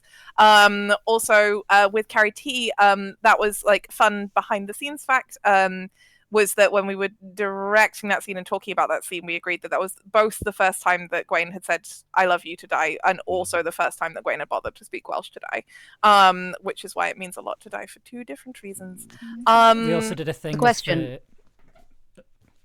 It's a question in the chat. Sorry, the non-alcoholic drink of choice. Yes, I am getting to that one. I just also wanted to say, Ross, do you have anything that you want to add on favorite lines, or shall we move on to non-alcoholic drinks? Oh, I was just scanning through some of the transcripts to find things. I have a lot of these, and I think like weirdly, the weird artsy person in my head is like every single line that Robin performed in episode 8. Which, like, there is something about an actor who's able to come in and be like, I have one line in this whole section of dialogue, and I am going to get it perfectly right. And again, I hate voice acting. I have had to do those one lines and how difficult it is to just get the right thing. And so like every Robin line, but I think I'm gonna say the interactions between everyone post bonfire monologue by Tobias. Everyone hits the notes that they need to hit on those dedications before the cheers. Yeah. So perfectly. That's my favorite little section of everyone gets one line and it's perfect. Yeah, I agree. I also really like that moment for like both in the writing and hearing you all perform it in terms of like, when we originally wrote our funding bid for Creator of Scotland, one of the points was that we were like, this is a story about like the UK and specifically about like England, Scotland and Wales, and like a story and a piece of art and a piece of drama that like will include English, Scottish and Welsh people all telling like their perspectives and working together to make a collaborative story about our shared history and culture. And it's really nice in that little moment having a little encapsulation of that where you have like Di and Morgan speaking Welsh, and you have like Gwaine and like Gwaine's like obvious Scottish accent, and you have like Perry and their obvious English accent, and everyone's kind of like saying different like goodbyes, and you also have Gwen like speaking Cantonese, and like having that kind of mixture of like lots of different cultures that exist in the UK. Also the sad realization of the thing that Gwaine and Morgan have in common is they both saw their younger brother die in front of them, which just sucks as a thing to share. Yeah, and that Di knows his mum is dead, but Perry doesn't know and Gwen doesn't know what happened to their families. Okay, to lighten things up, and this one I'm gonna ask that we go down real fast. Paul, did you say your favorite line? Did you find your line? The one I hadn't, the one I didn't say. Yeah. I was also going to say, by the way, when you were telling me how to pronounce carrot tea properly, you just said, "Hey, as long as you don't say it carrot tea, it's fine." Funnily enough, the favorite non-alcoholic drink. In terms of Gwaine quotes, it's the bit at the end of 4.5. I'm starting to think courage isn't the absence of fear. I think it's being scared and taking the leap anyway. And then on the final episode just now, when Gwen's talking him off the ledge, she says, "I don't think being human is about avoiding imperfections. I think it's about how you grow." and there's some link there. I feel like there's. I'm really glad because but there's something. It's interesting because the courage thing is not me. The courage thing is definitely a quote that I've heard before and that I kind of brought in as like something that I thought Gwaine would have said. And someone else put on Twitter the line about grief getting bigger, and that's not me either. But the imperfections one, that is me. So I'm glad. Yeah, thank you. And I mean both the courage and the grief quotes are quotes that I think about a lot because they guide me a lot in just my life. Which is why I wanted them to be included. Oh my god, there were angstier versions of the last episode. We'll get into that. Okay, take a second to shout out, I'll handle the fireworks, which I think is my favorite line from the last episode. Yes! Such an action line. It's just, I'll handle the And I fireworks. just also, it was just like, I really wanted for like an audio drama for us to use fireworks in our big scene, because I was like, oh, this is, I love the sound of fireworks, and I just really, really liked the idea of just suddenly hearing the fireworks in the background and that being very silly and Di being like, what the fuck? And like in my head, the reason that all happens is like Gwaine had this big idea to surprise Di with like a Christmas present that was going to be a fireworks display, but unfortunately for him, Christmas morning comes around, the nights turn up, so then he improvises. There's a wonderful, but that's why he even has fireworks. There's a wonderful take. It was the first time we recorded it, and so we get through the whole scene, and Paul goes, "I'll handle the fireworks," and then you just hear Paul going, "Ha ha ha!" It just it's very. Everyone bursts out laughing. But Christmas. Is that what you were saying? Is this Christmas morning? Did you say? Yeah. Did I know this? Yeah, I think I knew this. Christmas Eve. Yeah. The campfire. The reason that Di gets drunk and does his big speech is because it's Christmas Eve. Christmas Eve. That's in fact, in a previous draft, Morgan and Di have a little midnight feast with some candy on Christmas Eve, and try to talk a bit. But I wanted them to communicate less. Anyway, okay. Quick fire round. What is everyone's favorite non-alcoholic drink? And I can't remember. I assume it's the characters. So what is each of the characters' favorite non-alcoholic drink? You gotta just give me a quick answer. Okay, we're gonna start with Tobias. Non-alcoholic pina colada. Oh, it's a BB. Next up, Robin. Perry wants to say it's tea, but it's secretly Monster. And can't function without it. No, they're a fucking PhD student. You know what? That's so accurate. And it's tea, and they will always say tea, but secretly it's Monster. Correct. Never drink again. Monster. Orange juice without the bits in it, because he's an athlete, but he's a sensible athlete. No pith. If you add the vanilla protein powder, it's an orange creamsicle. Then. Oh, good lord. Okay, right. Angharad.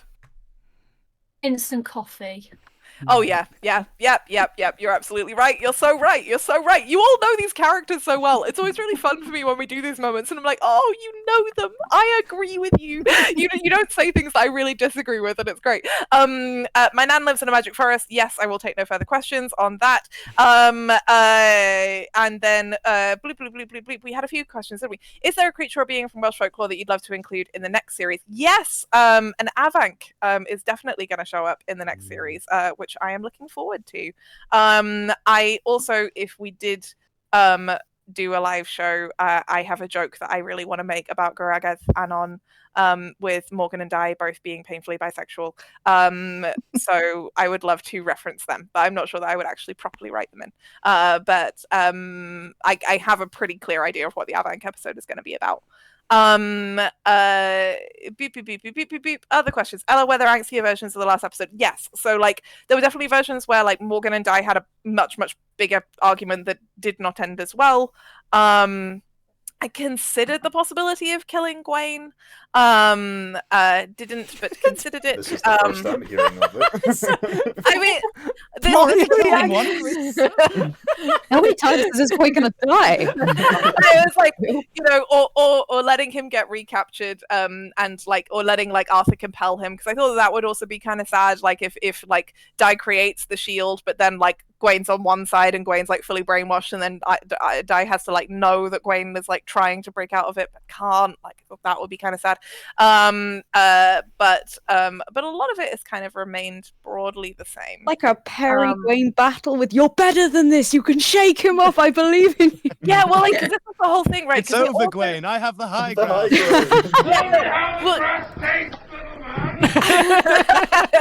Amber just loves that quote. But no, I mean that is a really interesting one as well. Like there is the other one, which is that the fight goes further, that Gwen doesn't stop them, and Gwen actually hurts Di. But then I was like, if that happens, they can't really come back from that. So, because like if Gwen fully like gives Di a scar because he lashes out at him.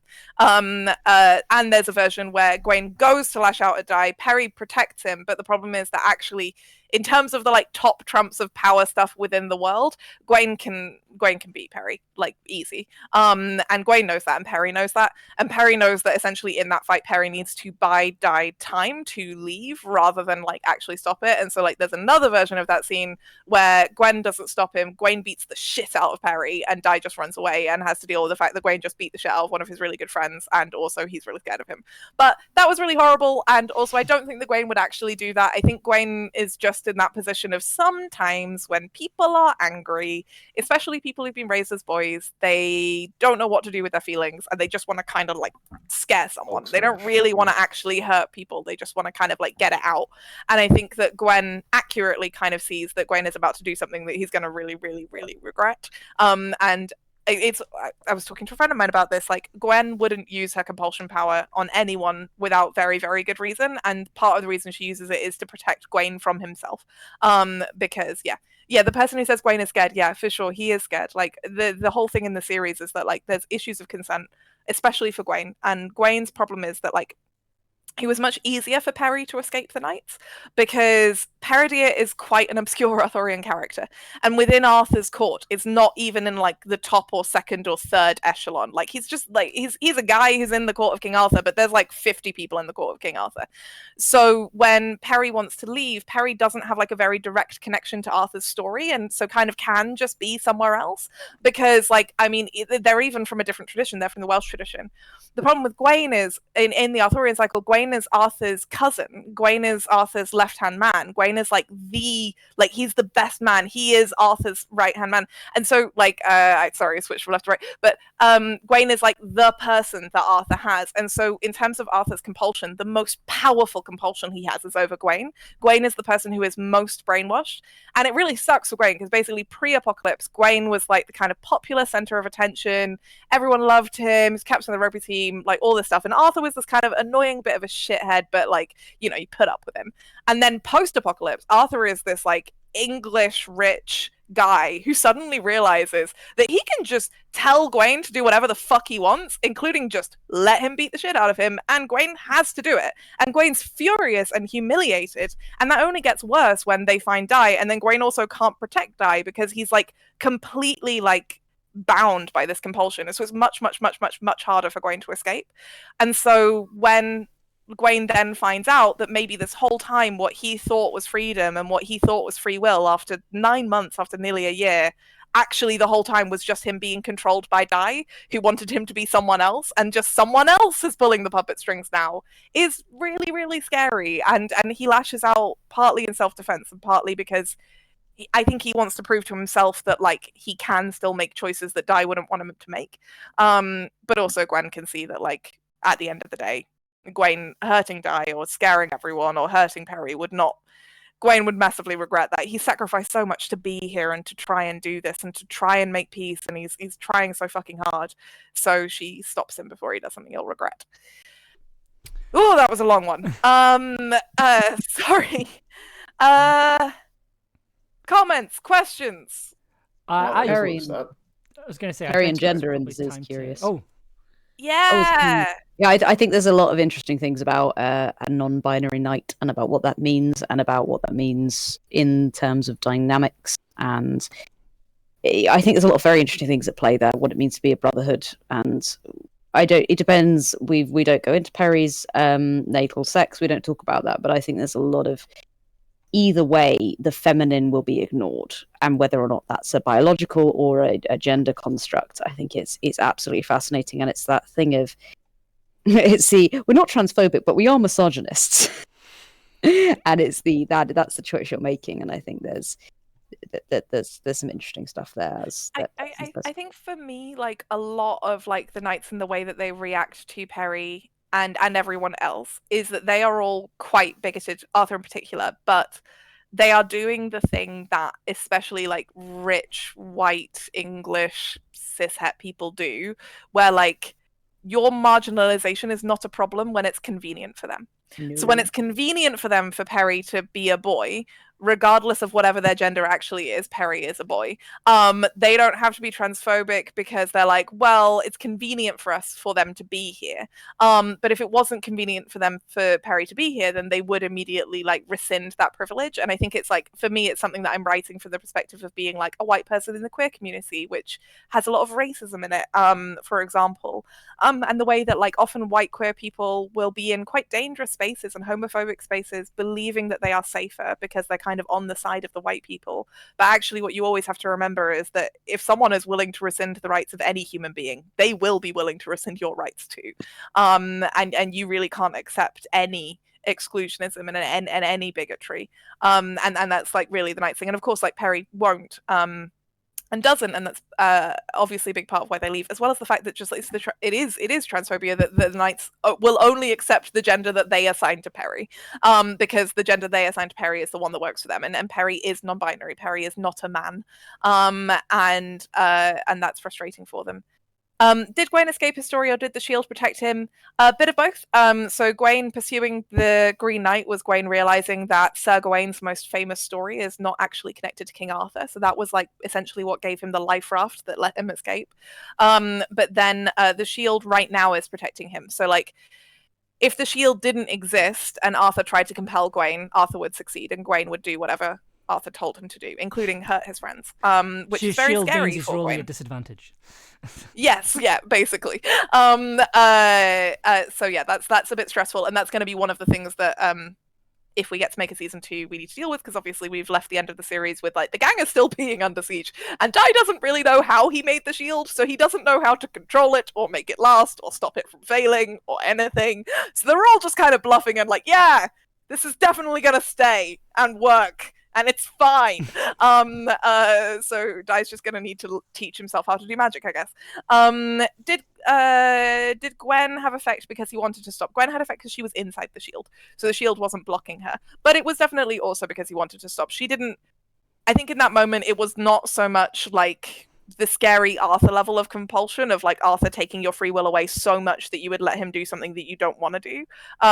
Whereas like Gwen was essentially suggesting something that Gwen kind of wanted to do anyway, but he needed an out. Like sometimes when you get so angry, it's really hard to back down again because you've kind of gone in such a direction. And I think that's kind of what's happening in that scene where Gwen's gone in this direction and he wants to back off, but he can't because of the direction he's gone in. And so Gwen kind of gives him a reason to back off. And then he just gets out of there. Will there be any dragons in season 2? Well, Navank is a water dragon, so yes. But wet dragon. Don't even worry about it, Amber. I've got an idea for the stage direction of what the sound is going to be like, and I'm really excited to send it to you because I think it's going to stress you out.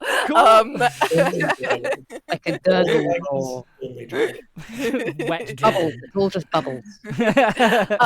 But in terms of like big traditional dragons, I do have an idea for a dragon if we ever make a season 3. But I think the thing with a high fantasy story, especially a high fantasy story about folklore, especially a Welsh high fantasy story about folklore, is that the dragon is kind of like, it's a big deal. Like it's not a kind of How to Train Your Dragon situation of they're like pests and they're everywhere. Like dragons in Welsh literature and folklore are like a very big deal, very sacred. Like the Dragoch is like representative of like the soul of Wales. Like it is Wales. So you're not gonna just see that guy like in a field. Like he's. Can we have it kill the white dragon and then Merlin gets trapped in a cave?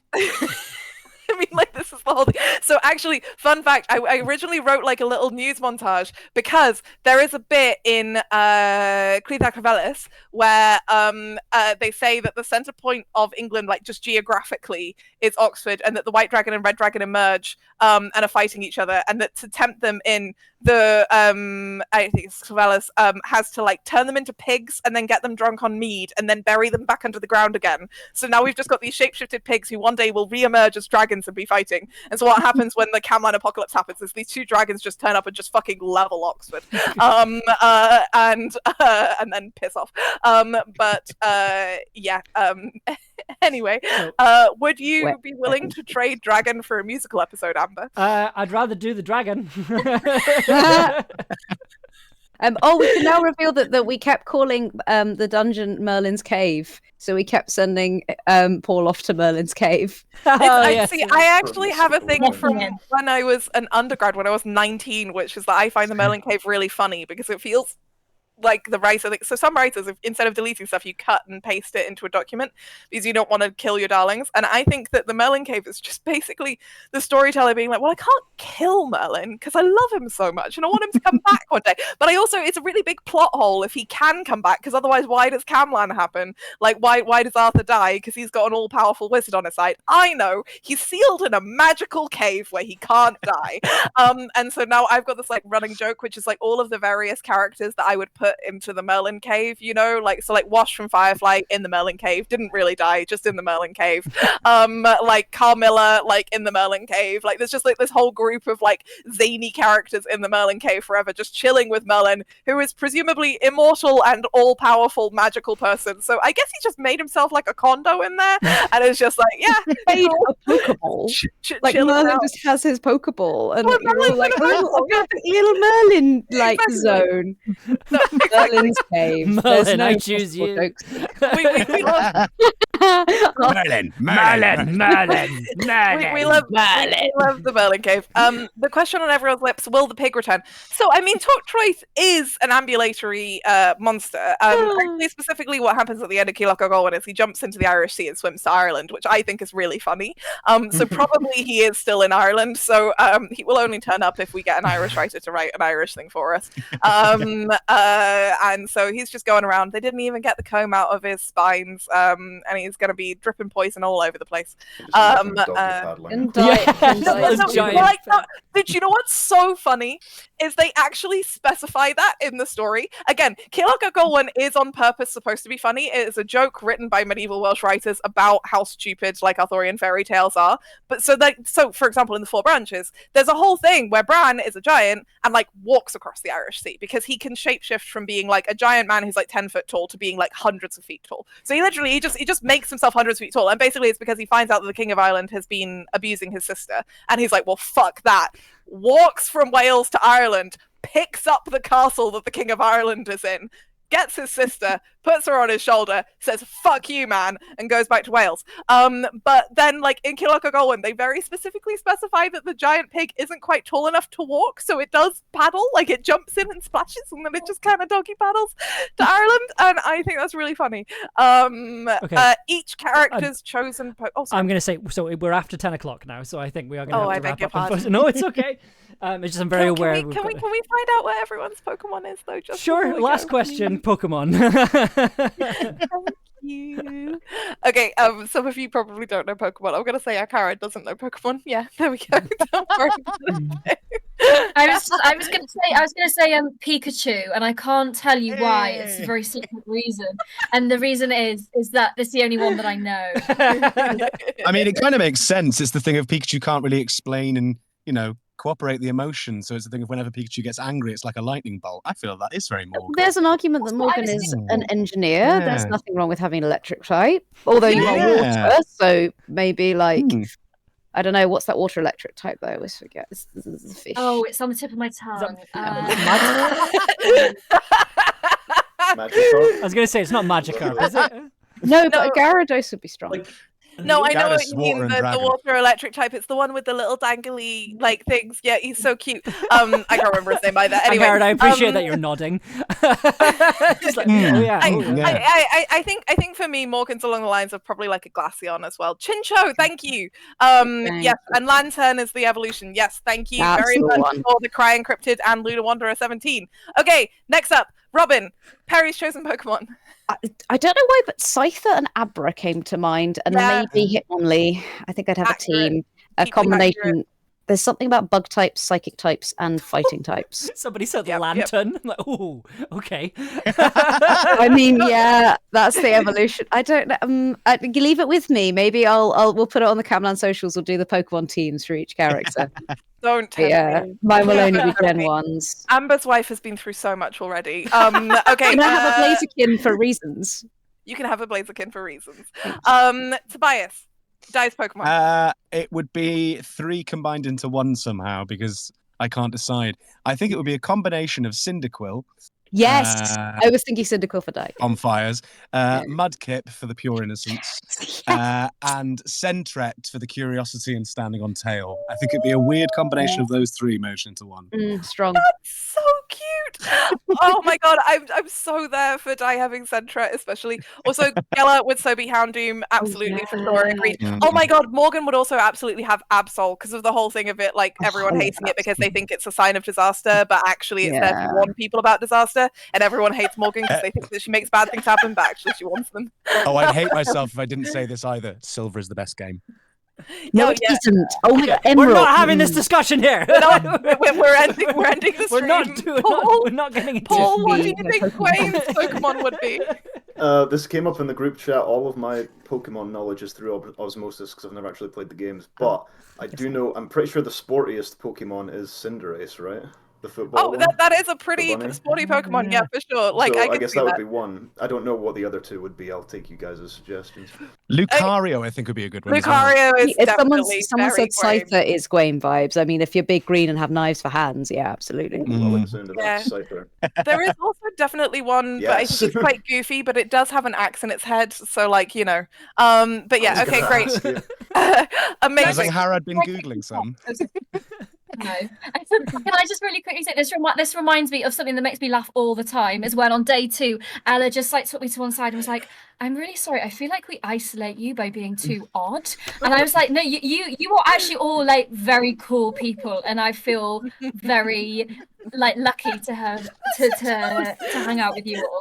It's not odd, it's brilliant and amazing, and I love it. This is great. Like, we did have this problem where both Harad and Nicole are quite cool, and so basically, like at the start of recording, it's like me, Tobias, Robin, and Amber talking about Sonic the Hedgehog, and then Harad and Nicole kind of being like, "That sounds nice, kids." It was like, okay, and then Paul turned up, and Paul did understand our video game references. Yeah, it got then, even worse. But you know what you all have to understand, right? Nicole isn't here because she's on her way back from a wedding, right? Nicole, in addition to acting, is also a professional model, and like many professional models, one of the things that happens is that she sometimes get clothes from her shoots because it's not that unusual, which meant that she turned up to every day of set recording like immaculately dressed, like on her phone, like just really cool and collected, and we're all there like in our me and Amber are there in our like unwashed hoodies being like Sonic the Hedgehog. I was in an ice hockey jersey. That was the level. No, actually that's true. Amber was really graceful. Amber just drank 5 cans of Iron Brew at once at one point, but you know, apart from that, wearing a Glasgow Clan ice hockey jersey. Yeah, because you like their mascot Clangus, who is a Highland cow called Clangus. That just sounds like a Pokemon. Is that Amber's Pokemon? Oh, Clangus? yes. Yes. Yeah. Cast form. That's the one. That stupid weather Pokemon. Sorry, I was just sitting there going, Perry would have the weather Pokemon, and I can't remember what the fuck it was, but that's the. Sorry, I was distracted. You guys were talking about nerdy stuff. Hey, you know what? We were talking about how we're all neurodivergent and odd. That was a great example. Okay, Amber has indulgently allowed me to run the stream over by 11 minutes. This is our final stream for now. Like Amber said, we will see if there are ways for us to do streams together in future. If you do choose to subscribe to the Tin Can Audio channel, then you are actively supporting Camlann. We are using the funds from Twitch at the moment, or Amber is very generously using the funds from the Tin Can Audio Twitch at the moment to go towards like our savings pot for Camlann Season 2. We also have a Patreon, which is just an optional tip jar of $3 a month. You can cancel whenever you want to, and that one's just there of just like if you feel that was what the show was worth to you, welcome to subscribe. And again, that money will go straight to making Season 2, as well as funding things like live shows and merchandise, if that's the kind of thing you'd be interested in. We also have a Ko-fi where you can do one-off donations, which like I think the suggested donation is £3, so you can give as much or as little as you want. Blip, blip, blip, blip, blip. In the meantime, there are ways to support us other than giving us money. Please tell your friends about us. Please like make posts on social media about the show. genuinely and sincerely, listener figures will be a thing that we put into our grant funding applications. So having more listeners actually will help us be more competitive when we try to apply for grant funding. We can say, like, look, Creative Scotland, you gave us this money and we actually got heard and seen by this many people, and that like helps with the application. Similarly, having public reviews is really helpful. So we can be like, these are not just our personal friends or family members, there are people in the world who we have reached who have like felt something or been affected by the show or learned something from the show or whatever. Does it help that you can tell Creative Scotland that you've inspired people to learn Welsh? Ross, I mean, I feel like it can't hurt. Like, at this point, who knows what Creative Scotland wants? Yeah. No, is there anywhere we can write a review of the podcast? Honestly, wherever you want. So Apple Podcasts, Spotify, places like Podchaser, as long as it is a publicly available and viewable review that we can like link them to a screenshot. It's really good and really helpful. So yeah, please tell people about the show. We all, as you might gather, really want to make a season 2. However, we also want to do that in a way that is like fair to our actors and covers things like their travel, covers things like their time. We all like are people who work for a living, and we need to make sure that like if we are going to be doing something for weeks or months, it is something that we're being paid to do. It's also an access issue in terms of like disability in class. Like we can't do things if we're not being paid to do them. So we all very much want to do this. It is contingent on having the money to do it, but hopefully we'll get that. And thank you very, very much for your support. It really does mean so much. And I can't believe how many people turned out for our final like listen along. This is lovely. Yeah, so let's all say goodnight.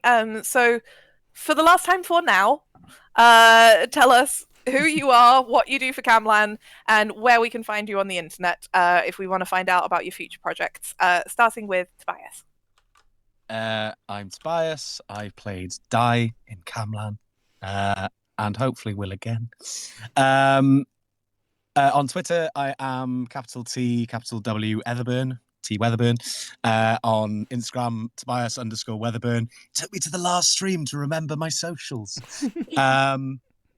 I'm working on a couple of things at the moment which are really cool, but the only thing I can think of to mention is that a game I was in, Eiyuden Chronicle 100 Heroes, is out now, which is a really cool Japanese RPG in which I play Ino, who is an adorable little chef boy. And yeah, I just want to reinforce thank you to you all. You've all been really lovely, and the fan art has all been really cool. And yeah, you're just a very lovely community. Thank you so much, and thank you to everyone saying they're going to keep the fires burning. It's important. It's all about hope. It's all about not giving up the fight. It's all about not giving in to despair. The bad guys win when we stop believing that there's a way forward. Angharad, please can you tell us your name, where we can, what you do for Camlann, and where we can find you on the internet? Sure. So my name's Angharad. I'm Morgan, and you can find me on Twitter, Angharad_15, and on Instagram, Angharad.phillips15. And yeah, just to echo what Tobias said, thank you all so much for listening. And Amber, Ella, and Ross, you're all some of the most talented people I've ever met in my life. And you're awesome. Thanks for having me. Oh gosh, thanks. Robin, who are you? What do you do for Camlann? Where can we find you on the internet? I'm Robin Holdaway, and I'm at Robin Holdaway on most things. My cat was Fifi. She's not on social media, but you know, just a matter of time, honestly. No, I am very active on TikTok. I make queer educational content, including reviewing chest binders and talking about all things trans. I also talk voice acting, baking, and occasionally games too. So do come join me on there. What do I do? At Camlann, I'm Perry, and much like Perry, my pronouns are they, them. In terms of if you want to see any of my previous work, Sex Education on Netflix, or Infamy, which is an awesome Polish series, Moonhaven, if anyone watched that. I also do generally audiobooks, audio work. I've got some stuff coming out, but again, I can't talk about that yet. Do keep an eye on socials for anything like that. Thank you to the team. I know we've already said it, but these guys are amazing and we love them. And thank you to you for listening. Do I do anything else? Probably not. Hire me, please. I love doing stuff like this. I especially love doing indie work because I think there's some really exciting stuff out there. And I think Ella mentioned, like, obviously we talk a lot about money and we talk about things like that. I think with all these things, always always contact us. I think there have been people who've messaged me going, "Oh, you're probably too busy." No, always contact, always ask, because we'll try and make things work with whatever you're doing. So thank you. Hire my actors. I am fucking great everyone. at casting. Everyone here. Hire everyone, but specifically hire my actors. Hire I'm us very to good make at casting, Camlann season 2. And hire us to make Camlann season 2. Hire us But to do also, that, please. Just in general, hire my actors. They're all really great. I'm a great casting director. They're also talented. I want to hear them in everything ever. Hire them. Just hit me up. Lots of people in podcasting know me. Just text me and be like, "Hey, can I get their contact details?" And I'll be like, "I don't know. Are you an asshole?" And then if you say yes, then you don't get to talk to them. But if you're not, then you do. We're all massive nerds. We love nothing more than making wonderful nerdy projects happen. So do get in touch and keep making your stuff. No matter, we all started making things that we probably weren't certain about, and now this is what we do for a living. So if you're out there and you're thinking you want to be creative, I can't promise there'll be money in it, but I can promise it will be incredibly fulfilling. So go out there and make the weird stuff. If you think it's too weird, you're definitely wrong. Yeah! If you think it's too weird, you're definitely wrong. Absolutely. Yeah. Great way to introduce your outro. Paul, tell us who you are, That's what you do words for to live Camlann, by. and where we can find you on the internet. Paul Warren. I had the pleasure of playing Gwaine Turner. I am at Never Not Ninjas on Twitter. That's the only thing I'm really active on. I've got an Instagram and a website and whatever, but do games. I was in Viewfinder, I was in Highland Song, and I remember to say I am in the fantastic Daredevil series in Marvel Move, playing Kingpin. The pleasure of playing Kingpin. If you like Marvel and touching grass, you should be using that app. That's not a big Venn diagram. Don't touch some grass feels like it would be a Gwaine thing to say. Oh yeah, for sure.